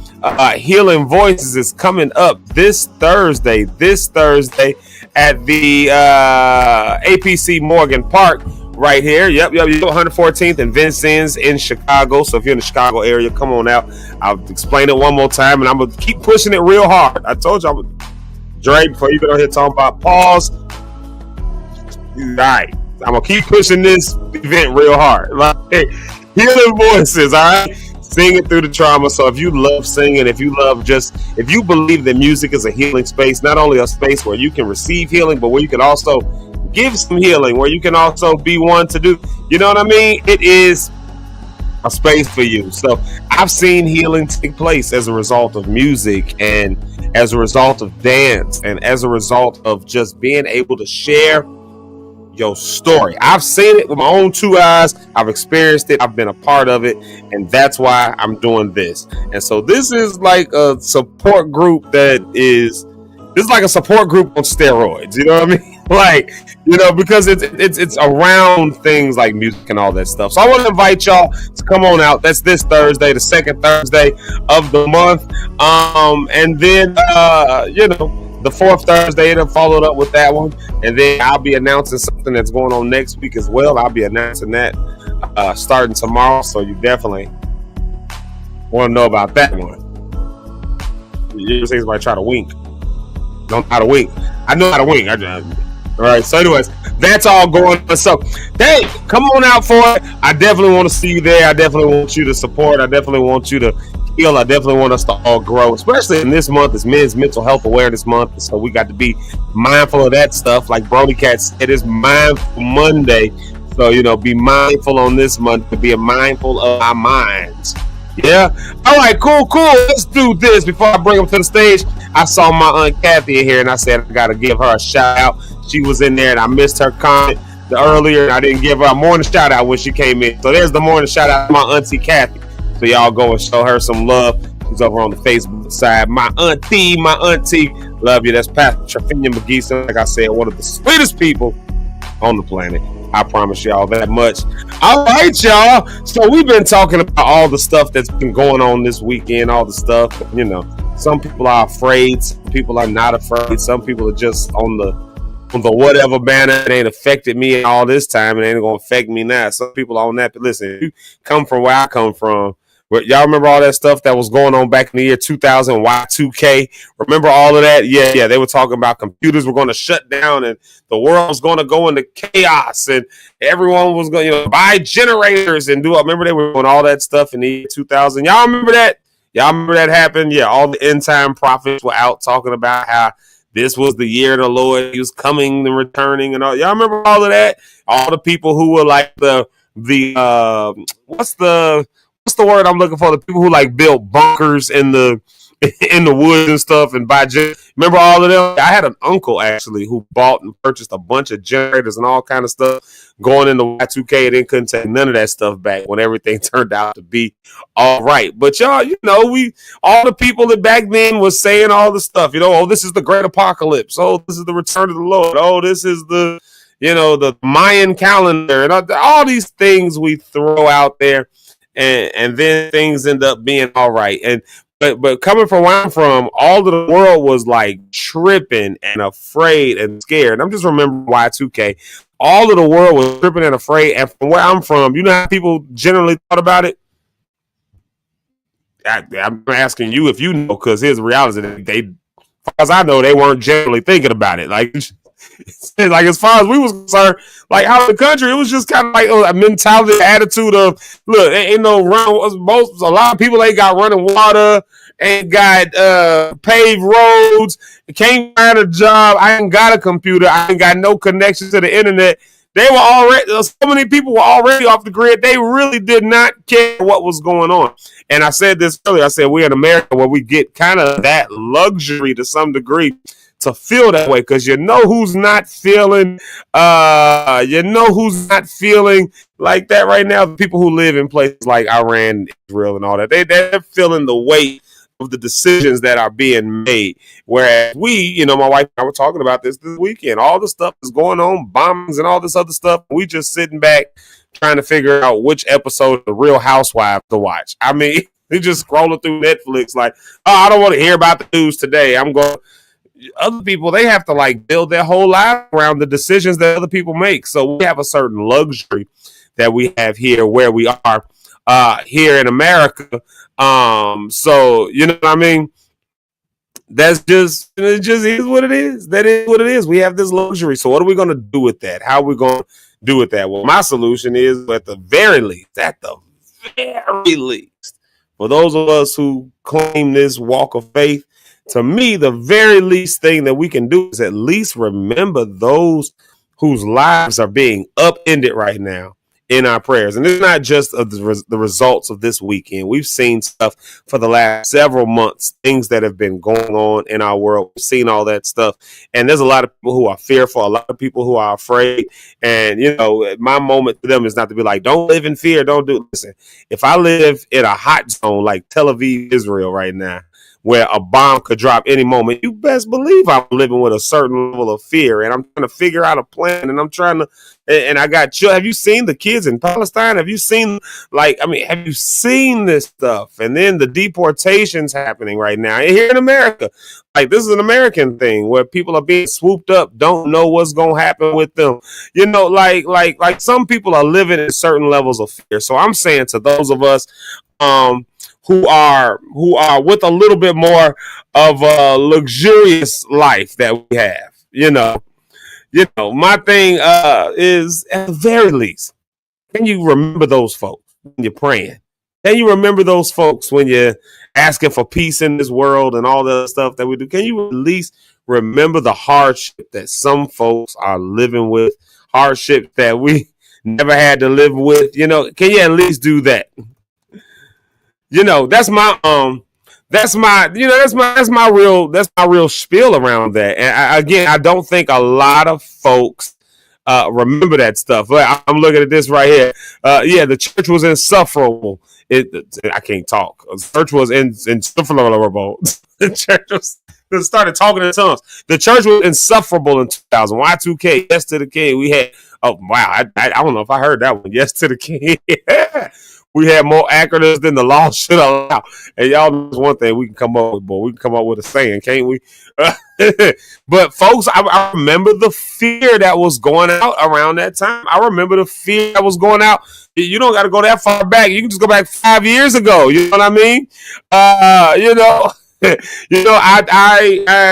remember 5 years ago when they started saying they was going to shut stuff down and all of that. I remember that. And we was scared. Listen, we was afraid. I remember my mom said she had to go get tested for COVID. We was like, oh my God, you gotta get tested for COVID. Oh, Jesus. Oh, y'all keep my mama in prayer. She's getting tested for, y'all see how we react to stuff. And it's not to say we shouldn't have concern and we shouldn't be, but then look at us. We made it to the other side, didn't we? Now we can't keep you Negroes away from each other. Now everybody coming together. Boy, everybody is all together. Right? It's the way that we've kind of just learned now to live with it. We've dealt with it. We've adjusted. We've done what we needed to do. And so I'm saying, maybe this is the end times. I don't know. I'm not going to sit here and make no bold predictions and prophecies that it is. You ain't finna find me doing that because ain't nobody told me that it was. The only people that's telling me it was is keyword people. The only people that's telling me this is the end time is keyword people. And I've heard some people say it a number of times. And when I say the end times, I mean this is the coming of the Lord right here, right now. By the end of the year, we all going to be caught up in the sky. Like I've heard all of that all my life over a course of a number of years and a number of events. So I don't really care where you land in your belief with it. Y'all ought to know that about me by now. I don't really care where you land in your belief with it. But what I do care about is how we, at the end of the day, now in turn treat other people. I'm just blocking the light off. I'm just blocking the how we in turn treat. I'm so used to being able to do stuff with my hands that I can't do right here. Dre, don't you get in here talking about pause, please, because I said doing stuff with my hands. I caught it. Twice. Yeah, I got you. But my thing is, how do you treat people in these situations? And one of the things that I don't like, and I'm going on a little bit of a soapbox, I'm giving the guys a chance to get back, but going on just a little bit of a soapbox here. That now pause to you. So I'll take that off. My mama here. How are you treating people in this situation? I'm bringing the guys back up, but how are we treating people in these situations? Because let me tell you what I don't like about it. Again, I don't really care where you land in your belief about what it is, because it's going to be what it's going to be. So if it's the end, it's going to be the end, whether you believe it or not. If it's not the end, then it's not going to be the end, whether you believe it is or not. But what is real and right in front of us is the way you can treat people, the way you handle people. And what I don't like seeing is people who now create these others. And so I want us to be mindful, at the very least, us who are under the influence of us as lock stars and all that. I want us to at least be mindful that we start doing the side eye thing. Y'all know how these seasons go. Y'all remember 9/11? Y'all remember that? 2001? Yeah. We millennials, we done been through some stuff. We done been through Y2K, 9/11, COVID 2020, the housing market crisis. You remember that? 2008? I mean, constantly getting hit with major things that just change the world around us. And what always ends up happening is there's always some people then take that as an opportunity to treat other people like straight up trash. Not cool. So what I'm praying and hoping is that we can, at the very least, be mindful of the way we treat other people. Some people are really going through. Some people are really concerned for their life. Yeah, we may not be living in fear of it, but I'm not concerned that ICE is going to come pick me up. I mean, sometimes I got a long beard and I'm wearing a turban or something. Yeah, I'm a little concerned. But I don't have that. That's not even in my plethora of things to even think about. You know what I mean? But I know some families who it is, and they're really concerned right now. It's not in my plethora to think that it's just really not to think that a bomb is just going to pop and hit the church. I'm not saying it's impossible, but I'm sitting in here right now, and I just don't have that in my plethora of fears. But I know some people I don't know them personally, but I know there's people that overseas right now, and they're concerned about it. So at the very least, let's think of others. Let's be mindful of others. And, because some people are really going through in this season, and we really want them to, to know that we love them, that we're praying for them, that we still are concerned for them. I don't care what you believe and what they believe. I don't care if those things are different. The earth is the Lord's, the fullness thereof, the world, and they that dwell there, which means everybody that's here on this planet belongs to God. You think they do not. And as a result of that, we have an obligation and a duty to pray, uplift, and care for. And with that, I'm going to bring up two amazing people. Y'all know them well. Eric Rideout, or I was going to say Pastor Eric Rideout, and Pastor Rich Old. What's up, everybody? What's happening? What's cracking? Y'all all right this morning? What up, Doc? Oh man, our life is great, man. Life is great. Another day. Another Monday. Monday. Yes, sir. Yes, sir. Love it. Mondays. Yeah. Fun Mondays. Yes, indeed. And Eric thought he was on the show this morning. Eric, I don't know if you heard it. Eric thought he was on the show. He thought he was on the show. Oh. So yeah, that happened. Yeah, that's a tough morning. You got to unmute yourself, bro. It's all good because we want to hear what you got to say. Man, there we. I had to do that because of Dre. I've been messing up all morning, so I self-muted myself. In here. But, what is your take, Rich, on everything that's happening now? As far as like in the world and the U.S. has now shot missiles and attacked over there, and now they're threatening to shoot the U.S. back up with this whole situation. And I feel, like Zeke said, I do feel bad for those people that's living there. We here live in the fear of it could happen. They're living in the nowness of it's happening. We have that fear of, oh, it could happen. But those people get up every day with the fact it's happening. They don't have that luxury to say, ooh, what if? I wonder if. They said they go, no, they're getting up every day in bomb shelters and going outside hearing explosions and don't know where it's going to hit by their house or their home. They got family everywhere. So it's a different world for us. We have the fear of it could happen because of the threats we've got. These people are doing it every day. Got you. So what's your opinion? There's a lot going on with that. Shout out to everybody. What's up, Miss Ursula? Rhonda, you are great. Thank you so much. God be praised. You are awesome. Hey, Ursula. It's great to see you yesterday. But yeah, I think with where we at today, it's man, it's to be expected though. You know what I mean? It's not something that catches me by surprise. But if America is what it says America is, we're the greatest nation in this world. They say, you know, we are to believe that we have the greatest Navy, Army, the whole protection and everything like that. Now it's time to see, put up or shut up. Put your money where your mouth is. That's how I see he's doing it. That's how Trump is, or that's what I've seen him to be. And so he put the first punch. He's not going to wait to get punched. And we'll see what happens. Do you feel that's irresponsible? Do you feel that's okay? Like, for example, the last time he shot missiles and he didn't get no clearance, dude just shot over there. He said he just wanted to see what, would they reach? Like, who, like, I feel as a president, man, you have to be responsible and think of everybody. And he's just not that guy that thinks about everybody. It's like, I want to show I'm tough and I'm no nonsense. We're when you tough say think about everybody, what do you think talking about? I mean, you're the country you're over. It's like the United States. Yeah, and I get what's happening over there. I'm not saying don't help them, but I'm saying sometimes the acts that this man does is just what's the word? It's a thing. He's just, I feel like doing this today, and I'm just going to do this. And he's on this mission to show how tough he is, and this country's the toughest country. We gonna show you, but you have to think about the backlash of your own people here. Not knocking helping. I'm all for helping, but I don't know. It's a tough spot to be in, but I think it's even tougher when you have a person who don't think stuff out.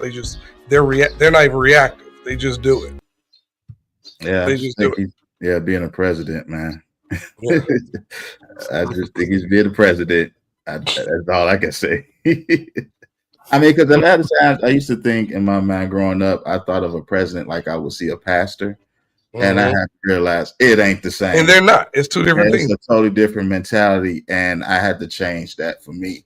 So now he's a president. President got to do decisions and make things that maybe a pastor wouldn't think about or not make, because they got to think of the heart. They got to think of the emotion. They got to think of that. And I don't think them in the same place as a president. Yeah, they're different. Mm-hmm. Impulsive. Thank you. That's the word I was looking for. Mervin, he's impulsive. Yeah. And then I'm gonna shift to another thing, but I tell you one cringe moment that was just for me, and this is just cringy for me. Some other people might have. It was just cringy for me. I don't know if y'all got a chance to catch when they announced what they did. Of course, that was the president and the Secretary of State, who are the acting national security advisor right now. With I don't actually know if there's precedent for that or not, so I won't say any comment about that. But then the defense secretary, Secretary of Defense, and vice president. So the four of them, of course, are standing there, telling us what just happened, and that whole piece of that. And this is just for me, and this has been my indictment of any political party that does this. Is my indictment of it all the time. Always will be. I think I didn't change my thought on it yet, but when we tie too much politics into the religious thought, it pulls people one way, pushes people another way. So when I heard that, we love God, so God bless it. Like when I heard, I was just like, the pandering of that. You know what I mean? Like it's the idea of this is God's ordained thing. I don't know if it is, and I'm not here to argue with it, but somebody just didn't feel right. Never has, never does. When I see politicians that try to pull too much of that in, it's like they pandering to a certain audience. You know what I mean? Like, or because how you gonna argue with somebody that tells you God told me to do this? How you argue with that? Like, unless somebody come along and say you lying, God didn't tell you that. Well, then who are you to tell me what God told me? Well, who are you to tell me what God told me about you? Like, and then you get in these weird God said, God didn't say battles that ultimately end up happening, you know, and that I hate when I see it in politics, but that same thing happens right in our church world too, don't it? You get one prophet that says God said, and you get another prophet say, sit yourself down. They ain't told you hardly none of that. And then people start picking sides. And now, who are you to say what God said? But who are you to say that God said to you? Like, maybe you were exposing a false prophet. Well, maybe you weren't exposing a false, maybe you just didn't believe. Like, then all that stuff. And at the end of the day, for me, it always ends up boiling down to one thing. There's real people with boots on the ground who live, work, do stuff every single day. And all of this up here that we arguing about is impacting and affecting them. And they not even having a seat at the table when it's all said and done. They don't even got a seat at the table, but they being impacted by decisions and stuff. So that's why I say, at the very least, anybody who claims to walk the faith, it's like, okay, are you at the very least being mindful that what may not be a fear to you could be an actual reality for somebody else? Are you at very least willing to consider that what may not be right in front of you is literally like something they got to deal with every single day? So at the very least, your thoughts. But if you're walking this faith, could you at least now start to incorporate those thoughts into your prayers? We intercede for everything else, but are you interceding for, because the global king, the kingdom of God is a further reaching kingdom than these man-made borders that we've created by surveys and stuff. It's been, not surveys by people like filling out, surveys like geographers go out and say, this is going to be our border on the 22 line. You know what I mean? Like, the only reason you can't cross from America to Canada is not because some weird wall is going to come up, it's because some dude with a gun is going to tell you where your passport. Like, it's the only reason you can't walk across that line. Other than that, you just... It's funny you said that. I looked at that yesterday when I was the venue we were at. I was standing in the window, me and my daughter, and we were in the Huntington place, downtown Detroit. And when you look out the window, you know how we used to go to the boat and that restaurant, and how you can stand in the window and just see the water. Mm-hmm. We stand there looking at the water, and it's just like a little river. And I'm looking at Canada. I'm looking at people walking. It's across the street. And I saw the Canadian flag was right there in the middle. But they had the walk, to cross over, and them towers was right there. Mm-hmm. And like you said, them guys, you better show some ID. You're not just coming over here. Great place to visit, by the way. Great place to visit. It's man, I'm looking at it. Yes. I love it. I've been there. I've never been to Canada, believe it or not. And that's the tripped out part. If you would have been there, yes, they do. And we stand in this giant window of this hotel building, and I'm looking at people, riding their boats right there. I mean, because we could walk outside, and it wasn't far. It was like literally out the window. You see all that beautiful water, and then it's like you see Canada. Because I was watching people in Canada over there walking, and outside we was that close, and I'm like, man, we're over in Windsor. Country. Yeah, you can literally from Chicago. You can do a day trip, like an overnight trip to Windsor, Canada. Literally like a day trip. It's not even taxing on the drive or anything. I've still never done it. 3.5 hours. Drive to Detroit and then cross the bridge. Like literally, it's that. Because my daughter, we talked about yesterday. We're from here. I'm 3 hours from Detroit. And when I got to Detroit, downtown Detroit was 3 hours, and Canada was 5 minutes across the street. I said, we are 3 hours and 10 minutes from another country. But it was just something to look over and watch those people, and just the carefreeness of how some of them were, and just enjoying themselves. And while here, it's like this, but what happened next? Yeah, we on the edge. What happened next? Over there, when I say everybody looked carefree over there, we were standing there watching it. And Tom was like, look at them people. They are life. We sit in the window looking at them, and we like the sad kids who can't go outside to play. We out there like this, all of us, about 8 of us in the window like this, looking at them. And the guy was on this boat, and he looked up at us and waved on the boat, and it was the water was so pretty, man. We sitting there like, oh, we can't go outside. We can't have. Why can't we do that? And that's what it felt like. We have fun. Yeah, we have fun. We just have to look up all information, and that because now, man, if you hear like Zeke, we had all the military helicopters and helicopters flying around when they're out last night, and it's like I just looked at a place where they don't have to do that. Now we come home to, we still in it, and they can sit over there and watch us get stuff dropped over here on us in the U.S. and they say like, wow, that's rough. It's just a different way of living, man. That's what made me say I'm gonna move to Canada. I've truly considered leaving and going to Canada. Windsor, Canada looks mighty nice though. Windsor is right; it's close to Chicago. Wouldn't be very far away. You still be around Detroit, so you can still cross the border and go. It's a 4-hour drive back to Chicago. For me, it'd be a 3-hour ride home to come visit my family.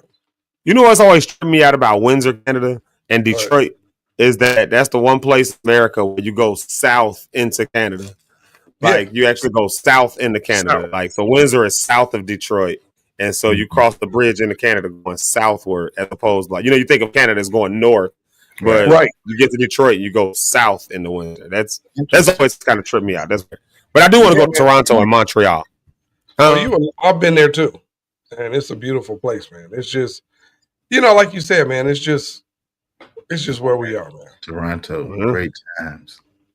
Yeah. You've done Toronto a few times, yeah. Well, Toronto's great, man. But I was just everybody in Toronto. You said what was in Toronto? I just said shout out everybody in Toronto. That's I thought you said you met Halle Berry in Toronto. I'm like, you did what in Toronto? No, Rich, and I know what you mean, Rich. Already, Toronto's a different place. Beautiful place, and it's a different place for us.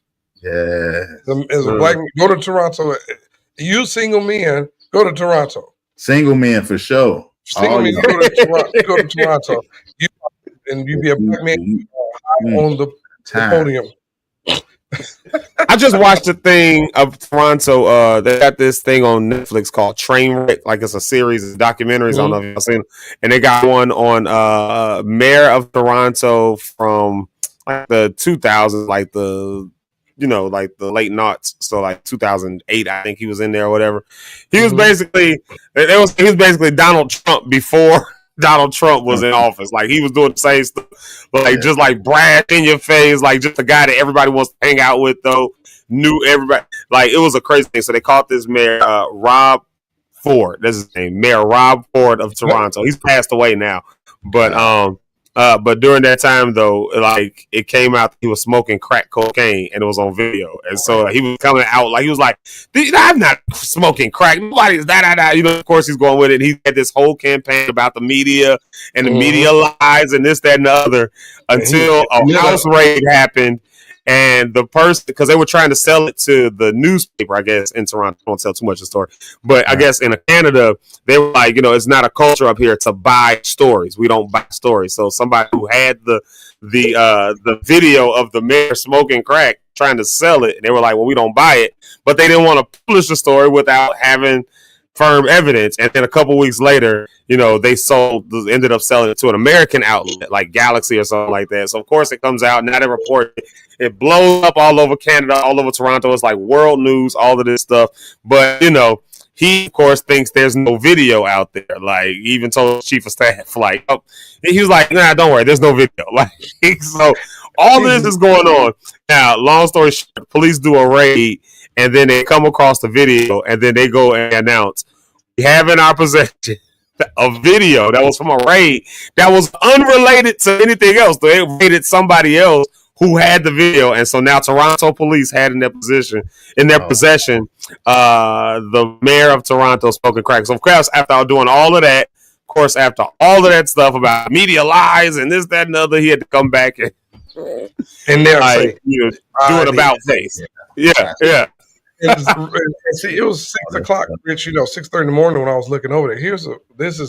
Just be standing there looking over there. Look at them people. The people that was standing in the window of the place. Yeah, that's at Windsor. Yeah, that's Windsor right there. That's standing up from where that's how close we are. We could see, and then as the daytime, you saw people was riding boats and just living life all happy. And I was sitting there wondering, man, we over here with this. Speaking of boats, oh, did y'all hear about the Black Yacht Party? Did y'all talk about that? No, I heard about it. Lake But Michigan this weekend is a black boat party. There's a lot of black people got on boats and had yachts and small boats and big boats, and they had the time of their lives, barbecue, eating. Well, they were saying that, but some tragedies happened. Oh no, One seen this yet. hairdresser, a popular hairdresser, she drowned. She fell off the boat. 27, right? Huh? She was like 27. She was young. Yeah, right? something like that, young. And it's the same. Like she was best friends with the girl that a few years ago who was in the freezer that was found in the freezer. Yeah, they were friends. They were friends. That was like her best friend. And so it's just interesting. The same people on the boat, and things happen. Yeah, but same people on the boat out there reckless, right? They was reckless. No suit on. Nobody knew how to swim. They go outside for about maybe 1 week, and then they just get a boat saying they got a license, and then they out there with their friends and family and just on the boat. And it was a fun time. I get the occasion. Black people, businesses, success. We networking. We doing all that stuff. But man, we got to have knowledge on what we doing, man. Yeah, and she drowned, and you thought the same thing I thought, because I'm like, same group of people was on the boat. Their first friend get found in the freezer, and then this friend who was best friend that one, she end up drowning. Anyway, I'm sitting there. And that's just one story that came out. They said there's several ones that'll start coming out, and it was not as successful as we wanted it to be, or as they thought. If you weren't there, you saw, look at all these black people. They were having fun, right? But the reality was, she died. This fight happened. This one died. And but like you said, it's people that feel like, I want to ride on a boat. I read up how to do it. I'm gonna rent a boat and go. And then you get out. Lake Michigan ain't no body of water to play with. So I found out Lake Michigan is one of the most dangerous bodies of water on the planet. Really? It's so the most dangerous body. Water.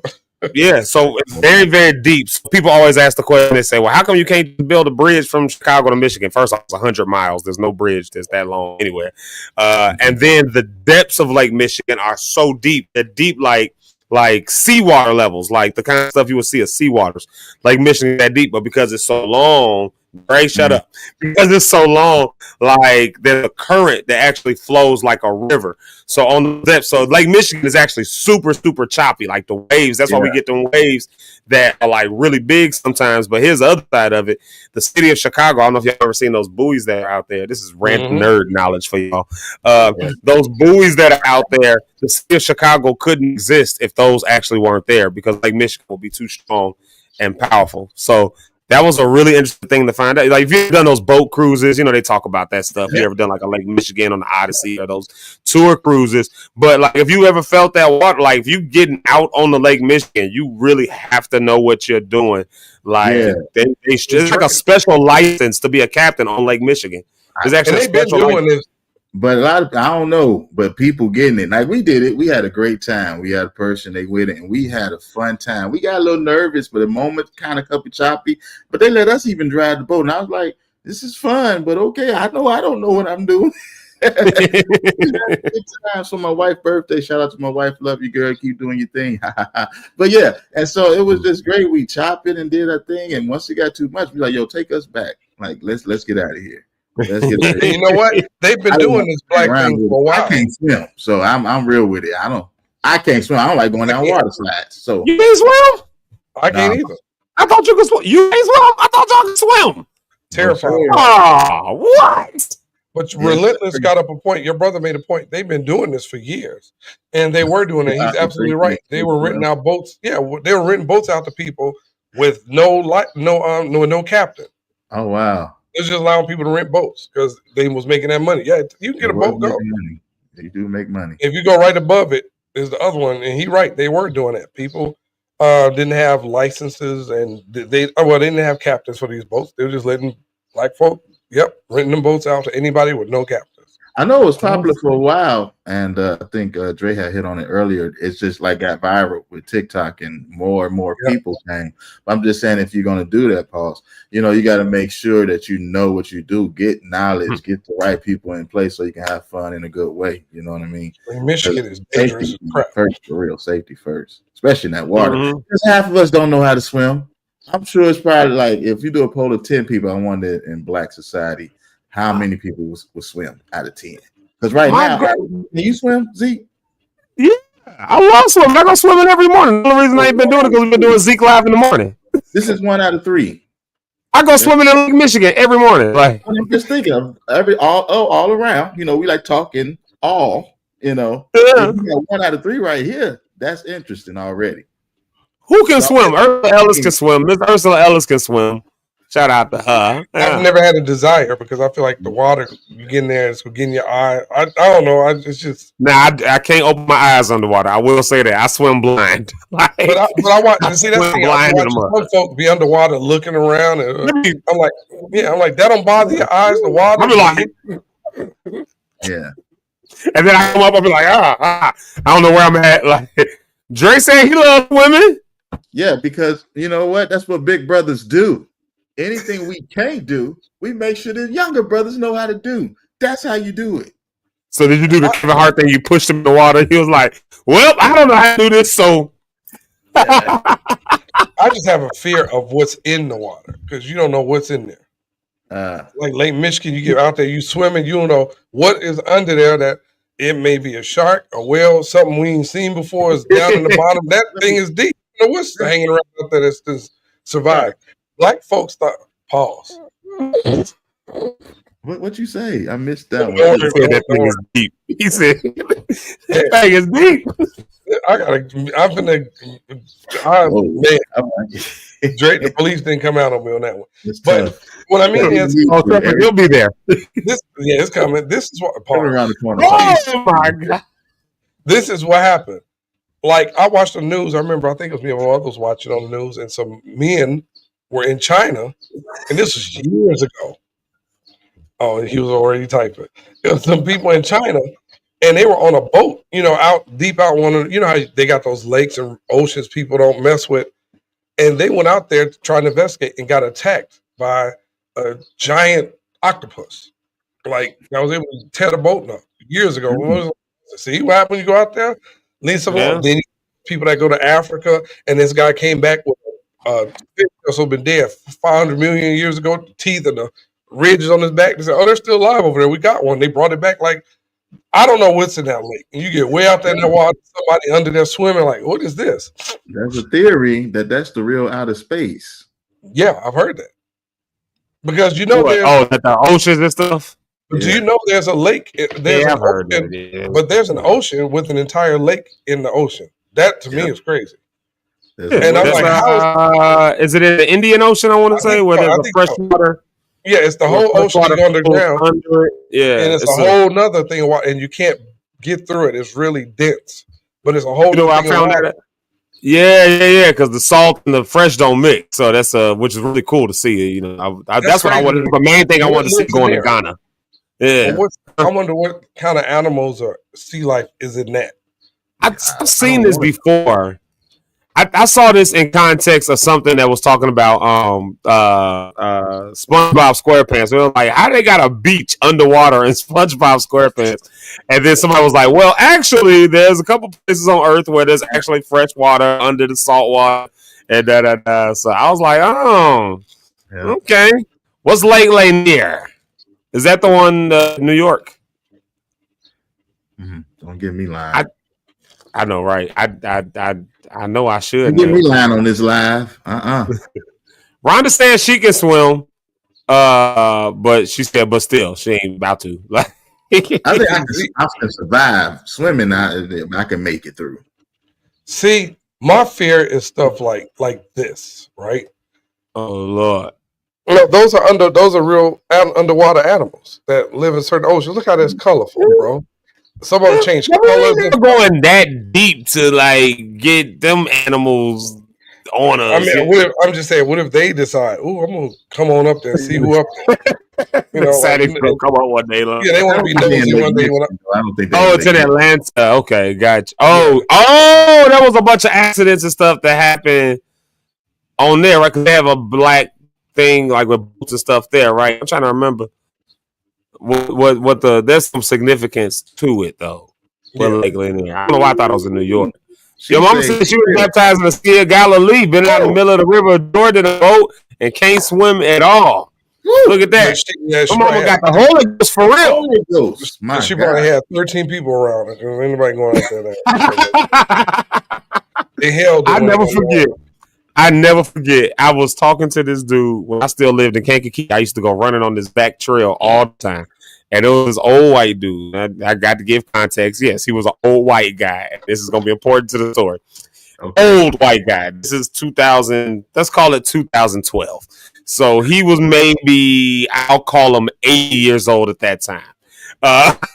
So his way of thinking about people is very different than mine. He was a nice guy. He was nice. We was talking. We sparked up a convo. Some kind of what we got on swimming. He was like, because he was like, you can't swim, right? Because black people don't know how to swim. They're not able to swim. And I'm like, yeah, I swim. Like, I swim all the time. And he was like, no, but you're not like really swimming or anything, right? Like, because you can't swim. And I'm like, no, I swim like I'm swimming. And so he's like, well, no, because they prove that physically black people can't swim because their bones are so much denser. And so they'll just drown straight to the.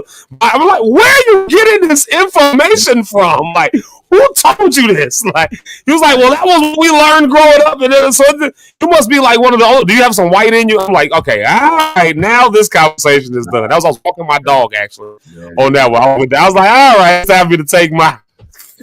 Time for me to take my dog on up out of here. Somebody sent me something, Zeke, that said proof you getting old. You know how you getting old, right? This is going to affect it, right? 28 years ago, Stump came out by Kurt Franklin. That's crazy. 17 years ago, Mary God and Me came out. 18 years ago, Marvin Sapp Never Would Have Made It came out. 18 years ago? 18 years ago. You know, and I'm like, 23 years ago, the Byron Cage, President of the Lord is Here, came out. That's, man. Addictive Love by BB and CC came out 35 years ago. And the thing, God Favored Me by Hezekiah Walker 16 years ago. All these songs, we all. Yolanda Adams, Open My Heart. That song that they played on radio 26 years ago. Alone in a room. And then the thing is, we know these songs. When my guy sent me that, he said, "Bro, that was your little crush, not a little crush. That was your crush, Yolanda Adams. Is that what you said on the show? For me, just a little thing for Yolanda, just a little. She was. I thought it was tall and she could sing, and I'm gonna just say this in a non-judgmental way, but I mean, the gospel acts weren't the prettiest, the most shapely people. Like they weren't the. I'm just saying there was a clear marked difference between your R&B stars and your gospel stars. That's all I'm saying. And Yolanda looked good, and she loved the Lord, and she could preach a little bit. And then I found out she was from Texas and all of that, and I was just like, oh, she's got to be cool from Houston, Texas. Like, yeah, it was a little crush. It wasn't no big crush. I'm not like fiending or nothing. It just was like, oh, Yolanda, all right. Eric, you probably couldn't have no crush because you work with everybody, so you know, crush for you that mess up. No, I didn't have none going on. Nothing. Saying to you didn't care how they looked, whatever. You know. Yeah, I couldn't do it because like I said, and then it was a lot of young groups. You know, like when we was doing God's Property. You know, it was choirs and stuff. It was young. Yeah. But I was working. Right. Like I remember, I was cracking me up. Yeah, I was 25/7 on the road. It was just so crazy. Tasha Cobb's arm or nothing like that. You know what I'm saying? Wait, what? What did he say? You know, he said you never run Tasha Cobb's arms. Said never who? I didn't hear you. I just said you never run a real Tasha Cobb's arm or nothing like that. You know, I had no desire to do so. I know. Okay. None. What? You was a good prayer, bro. You prayed partner for a lot of them. You know what I'm saying? You did a lot of interceding for them. You know what I'm saying? So that's what's up. Rub on. And yeah, I would never touch the line. Just, And the other part, it's a lot. And what did he say? Dre say a minute ago. He paused something we just said. What did he say? He was pausing me. What you say? What did you say? The guy said you got some white in you. Negra sphinctus. That's the scientific theory of Negra sphinctus. That's hilarious. Yeah. So apparently, at some point in the 20th century, I'm sorry, they taught white people that black people could not swim. Not that they did nothing about the fact that we didn't have swimming pools around us like that. Right. You know, we didn't have like just community pools and country clubs where we can learn to do this stuff. Nothing about that. It was that our bones are too dense and we will sink if we get in the water. He learned that in school. And that's the total opposite. Coming out of ours.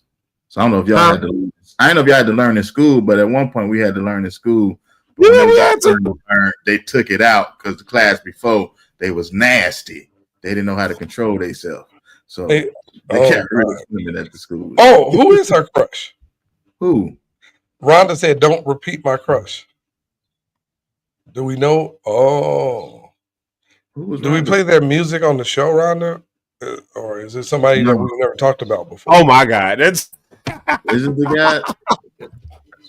Is the text we got? Like I'm trying to stay. Yeah, I don't know what you're talking about. Who's I went on the Crush show. I don't think. No. I just remember hearing the last part as Zeke said. Rich got a pause moment. Yeah, Relentless just gave you one. What was it for, Zeke? You said they took it out because it was. That was a plausible moment. Listen, I think that should be some. We gotta file an appeal for that one. You gotta, we gotta file an appeal on that one. Pause myself if pause. You know what I'm saying? If I need to, you know, I'm pretty good at, throwing that in there. But hey, if you call me, you call me. Throwing that in there is not a pause. That's plausible. Rich, you just had another one. You just had an amazing one, Doc. I got the call. You said throwing that in there, but he's butt right behind it. You can't do that. You got to have 2 words between it at least. You can't just say my pause in there. Though is what I'm saying. Like that's what I'm saying.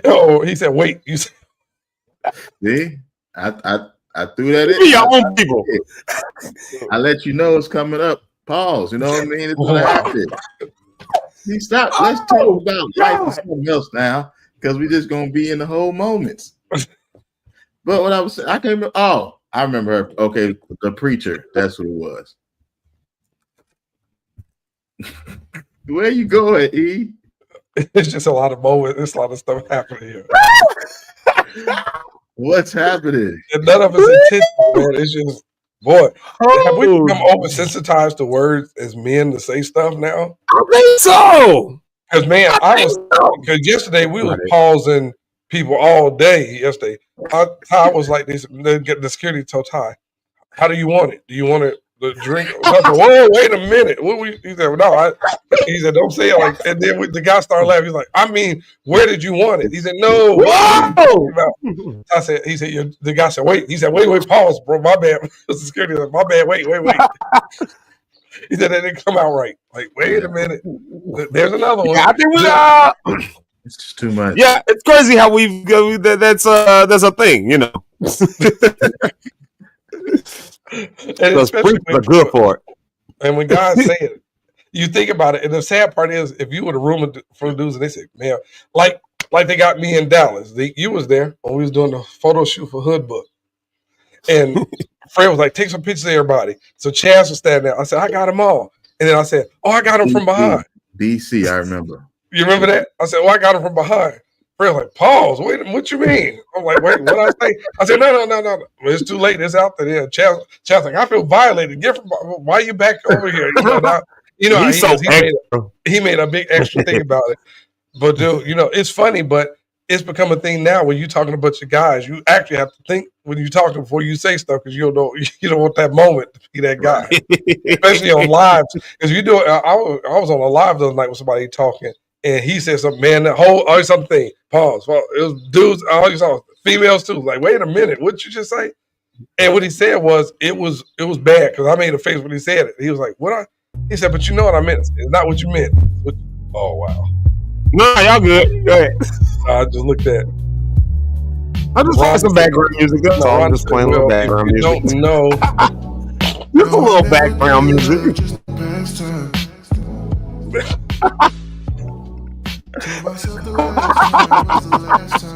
Oh, Rhonda said I said don't repeat it. Wait, am I not supposed to say that part either? Wait, you're putting stuff on the screen. If you don't know, then never mind. Okay. I thought she was yeah, that's a great song. Rhonda, do you like that song? I'm not coming back at the first show.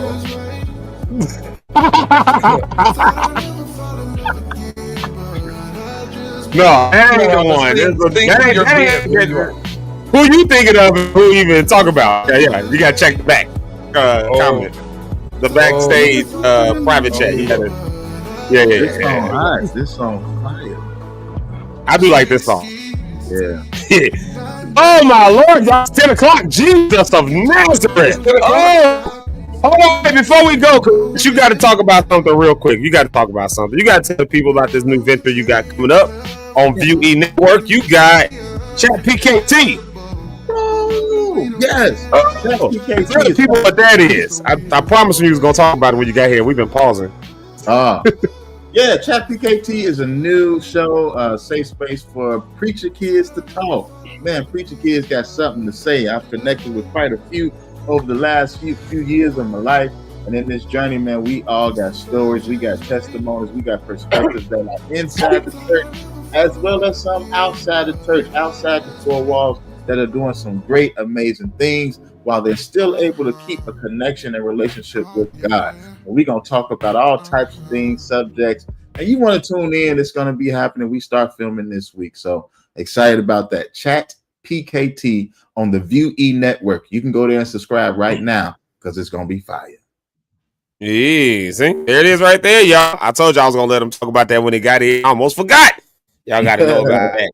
Chat PKT. I think that's a cool name too. Chat PKT. That is pretty cool. Yeah, pastors, kids talking. Are people like different pastors, kids are going to be in there and stuff like that? Yeah, so I got a lineup that's coming up. So it's going to be people kind of interchanging. I'm going to have a core group to kind of stay there with it, but others going to interchange as we go. And there's a lot of good pastor kids. Like, Rhonda. Oh, yeah. Zeke. You know, a lot of them. Brian Card. There's a lot of us. It's a whole lot of them. I'm calling out to get one of them to come on over here. I think Zeke is going to make an appearance on the first one, which is great.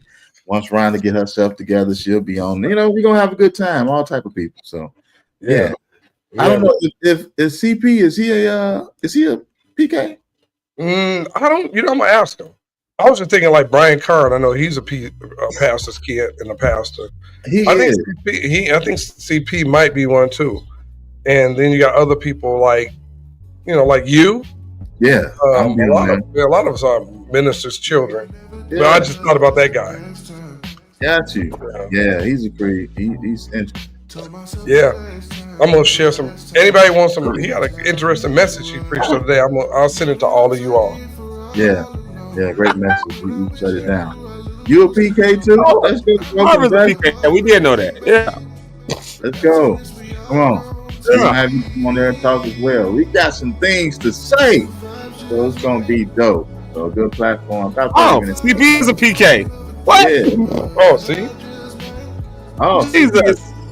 He gonna do a sing. You gonna sing live for the people. We gonna set up a tiny desk in the studio.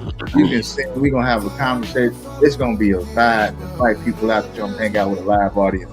Oh, it's gonna be a good time. That's down the line. Beauty Network, Chat PKT. Appreciate it. Boom shakalaka. There it is, y'all. Chat PKT. Coming back to the show. Y'all hate me. Yeah, because she knows you hate you. She say y'all. You gonna announce you and Rhonda? Y'all gonna do that yet, or what you gonna do? Oh, everybody is. So we get on out of my here. introduction was about to be messed up. I don't know how to say it because Andre's in the comments and he was about to definitely. Well, y'all should probably wait till Rhonda get back because you know she got a big day tomorrow. She got a really, really big day tomorrow. Get herself together. Yeah, she gotta have it on her mind to get herself together. We want her to have a successful. Oh wow!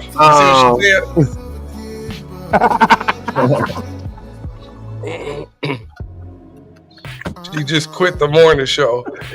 She just quit the morning show she was on, so she's available. She can do chat PKT now. But speaking of Ronda on the Rocks, in all we have a seriousness, spot open on the morning show now, so we're interested in sending your information. But y'all know what? In all seriousness, this to all the Lock stars. Ronda's having that surgery tomorrow. Y'all know she's been talking about it. She's been prepping for it. She's been talking very vulnerably about it. She's got the Ronda Reimagined pages. Of course, she talked about it. She's going to be talking about it, I believe she said, on this new season of Ronda on the Rocks podcast. So tomorrow is her surgery. So we definitely want to wish her a well surgery. We want to wish that it's good. If y'all haven't, you can get stuff off our Amazon wish list, because when you're in the recovery period, it's a little rough. So she put it out there. So hey, I put it out there for her.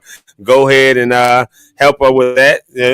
Just keep in your prayers tomorrow, y'all. Just keep Ronda in prayers, because it's not easy to go and have somebody cutting on your body. And you unconscious, and then you wake up and things are different. So keep her in prayer for the surgery, and not just the surgery, but also for everything that comes now in the recovery process and the new life process that this is going to create because of the surgery. I'd encourage y'all to go to Ronda Reimagine so that you can just hear what that story is. Ronda, this one is in honor of you as you're getting ready to go into your surgery tomorrow. This is in honor of you. I'm sure Eric's going to jump off the screen, but this is an honor of you. You can at least sing this in your surgery tomorrow, Ronda. By the blood of Jesus Christ, I was bought by the Son of God. I was born. Ronda, it's for you, Ronda. It's for you, Ronda. Just remember, all will be well. All is okay. We got your back, even though we know Eric hates you. See how Eric disappears. Every time I put this song out, he just disappears. Look at that. Ronda, this is for you, Ronda. This is for you.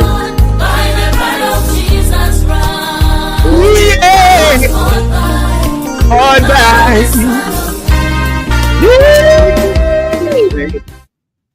That's you, Ronda. So we are praying for you. We're praying for you that all goes well, and we love you. And so, of course, we know you'll let us know when all is well. And yeah, there you have it right there. So y'all keep Ronda lifted up. Send us some love. Send us some affirmations. Send us some prayers. Send some prayers up, or send some good vibes and energy her way as she gets ready for tomorrow. Y'all know that's our girl. And in spite of it all, we do love her. And she says she needs care and concern, and y'all dragging me. So there you have it. Right, she needs care and concern, and we up here dragging her. But in all seriousness, y'all know we love her. So we really are concerned that she'll be all well tomorrow. All right, y'all, let's do our round table and get ready to get up out of here. I'm happy I don't have to be in such a rush today. I'm actually already at the offices, so I don't have to be in a rush today. But that's kind of nice. But I was in a rush getting here, so I did the rushing earlier today. Oh, you at the office now?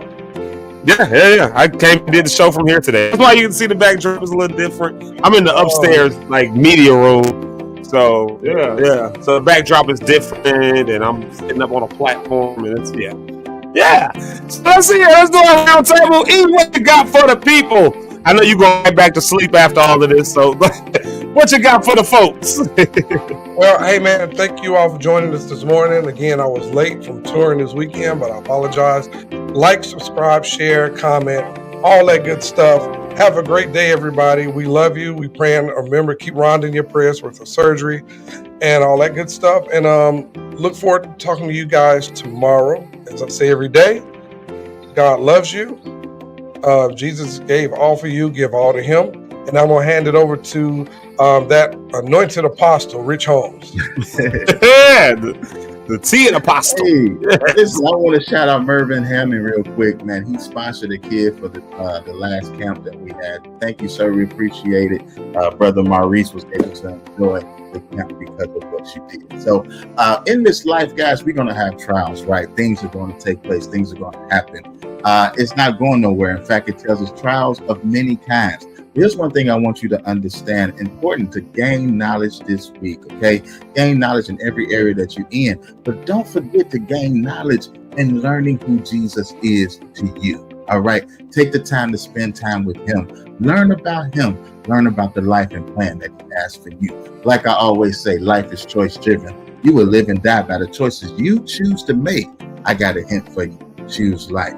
God, thank you for this time we're coming together. Thank you for this community of believers, Lord God. Thank you of like-minded people. We pray nothing but grace and peace for them, nothing but success and blessings for them, Lord. And even when the trials come up, Lord God, let them know that you are with them. And even if you don't deliver them at the time that they're asking for it, show them that you are a keeper.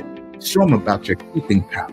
And let us sustain and have strength to endure until change comes. Let this be a great week. In Jesus' name I pray. Amen. There it is right there, y'all. Y'all know we love you, and thank y'all for locking in with us this morning. And I'm glad that went real good. So yeah, shout out to Merv Hammond for sponsoring the kid. That's dope. I thought I was gonna get to get over there. My day was just stupid on Saturday. I ain't do nothing I wanted to do. Now I'm thinking about it, I ain't do nothing I wanted to do on Saturday. I'm all over the place.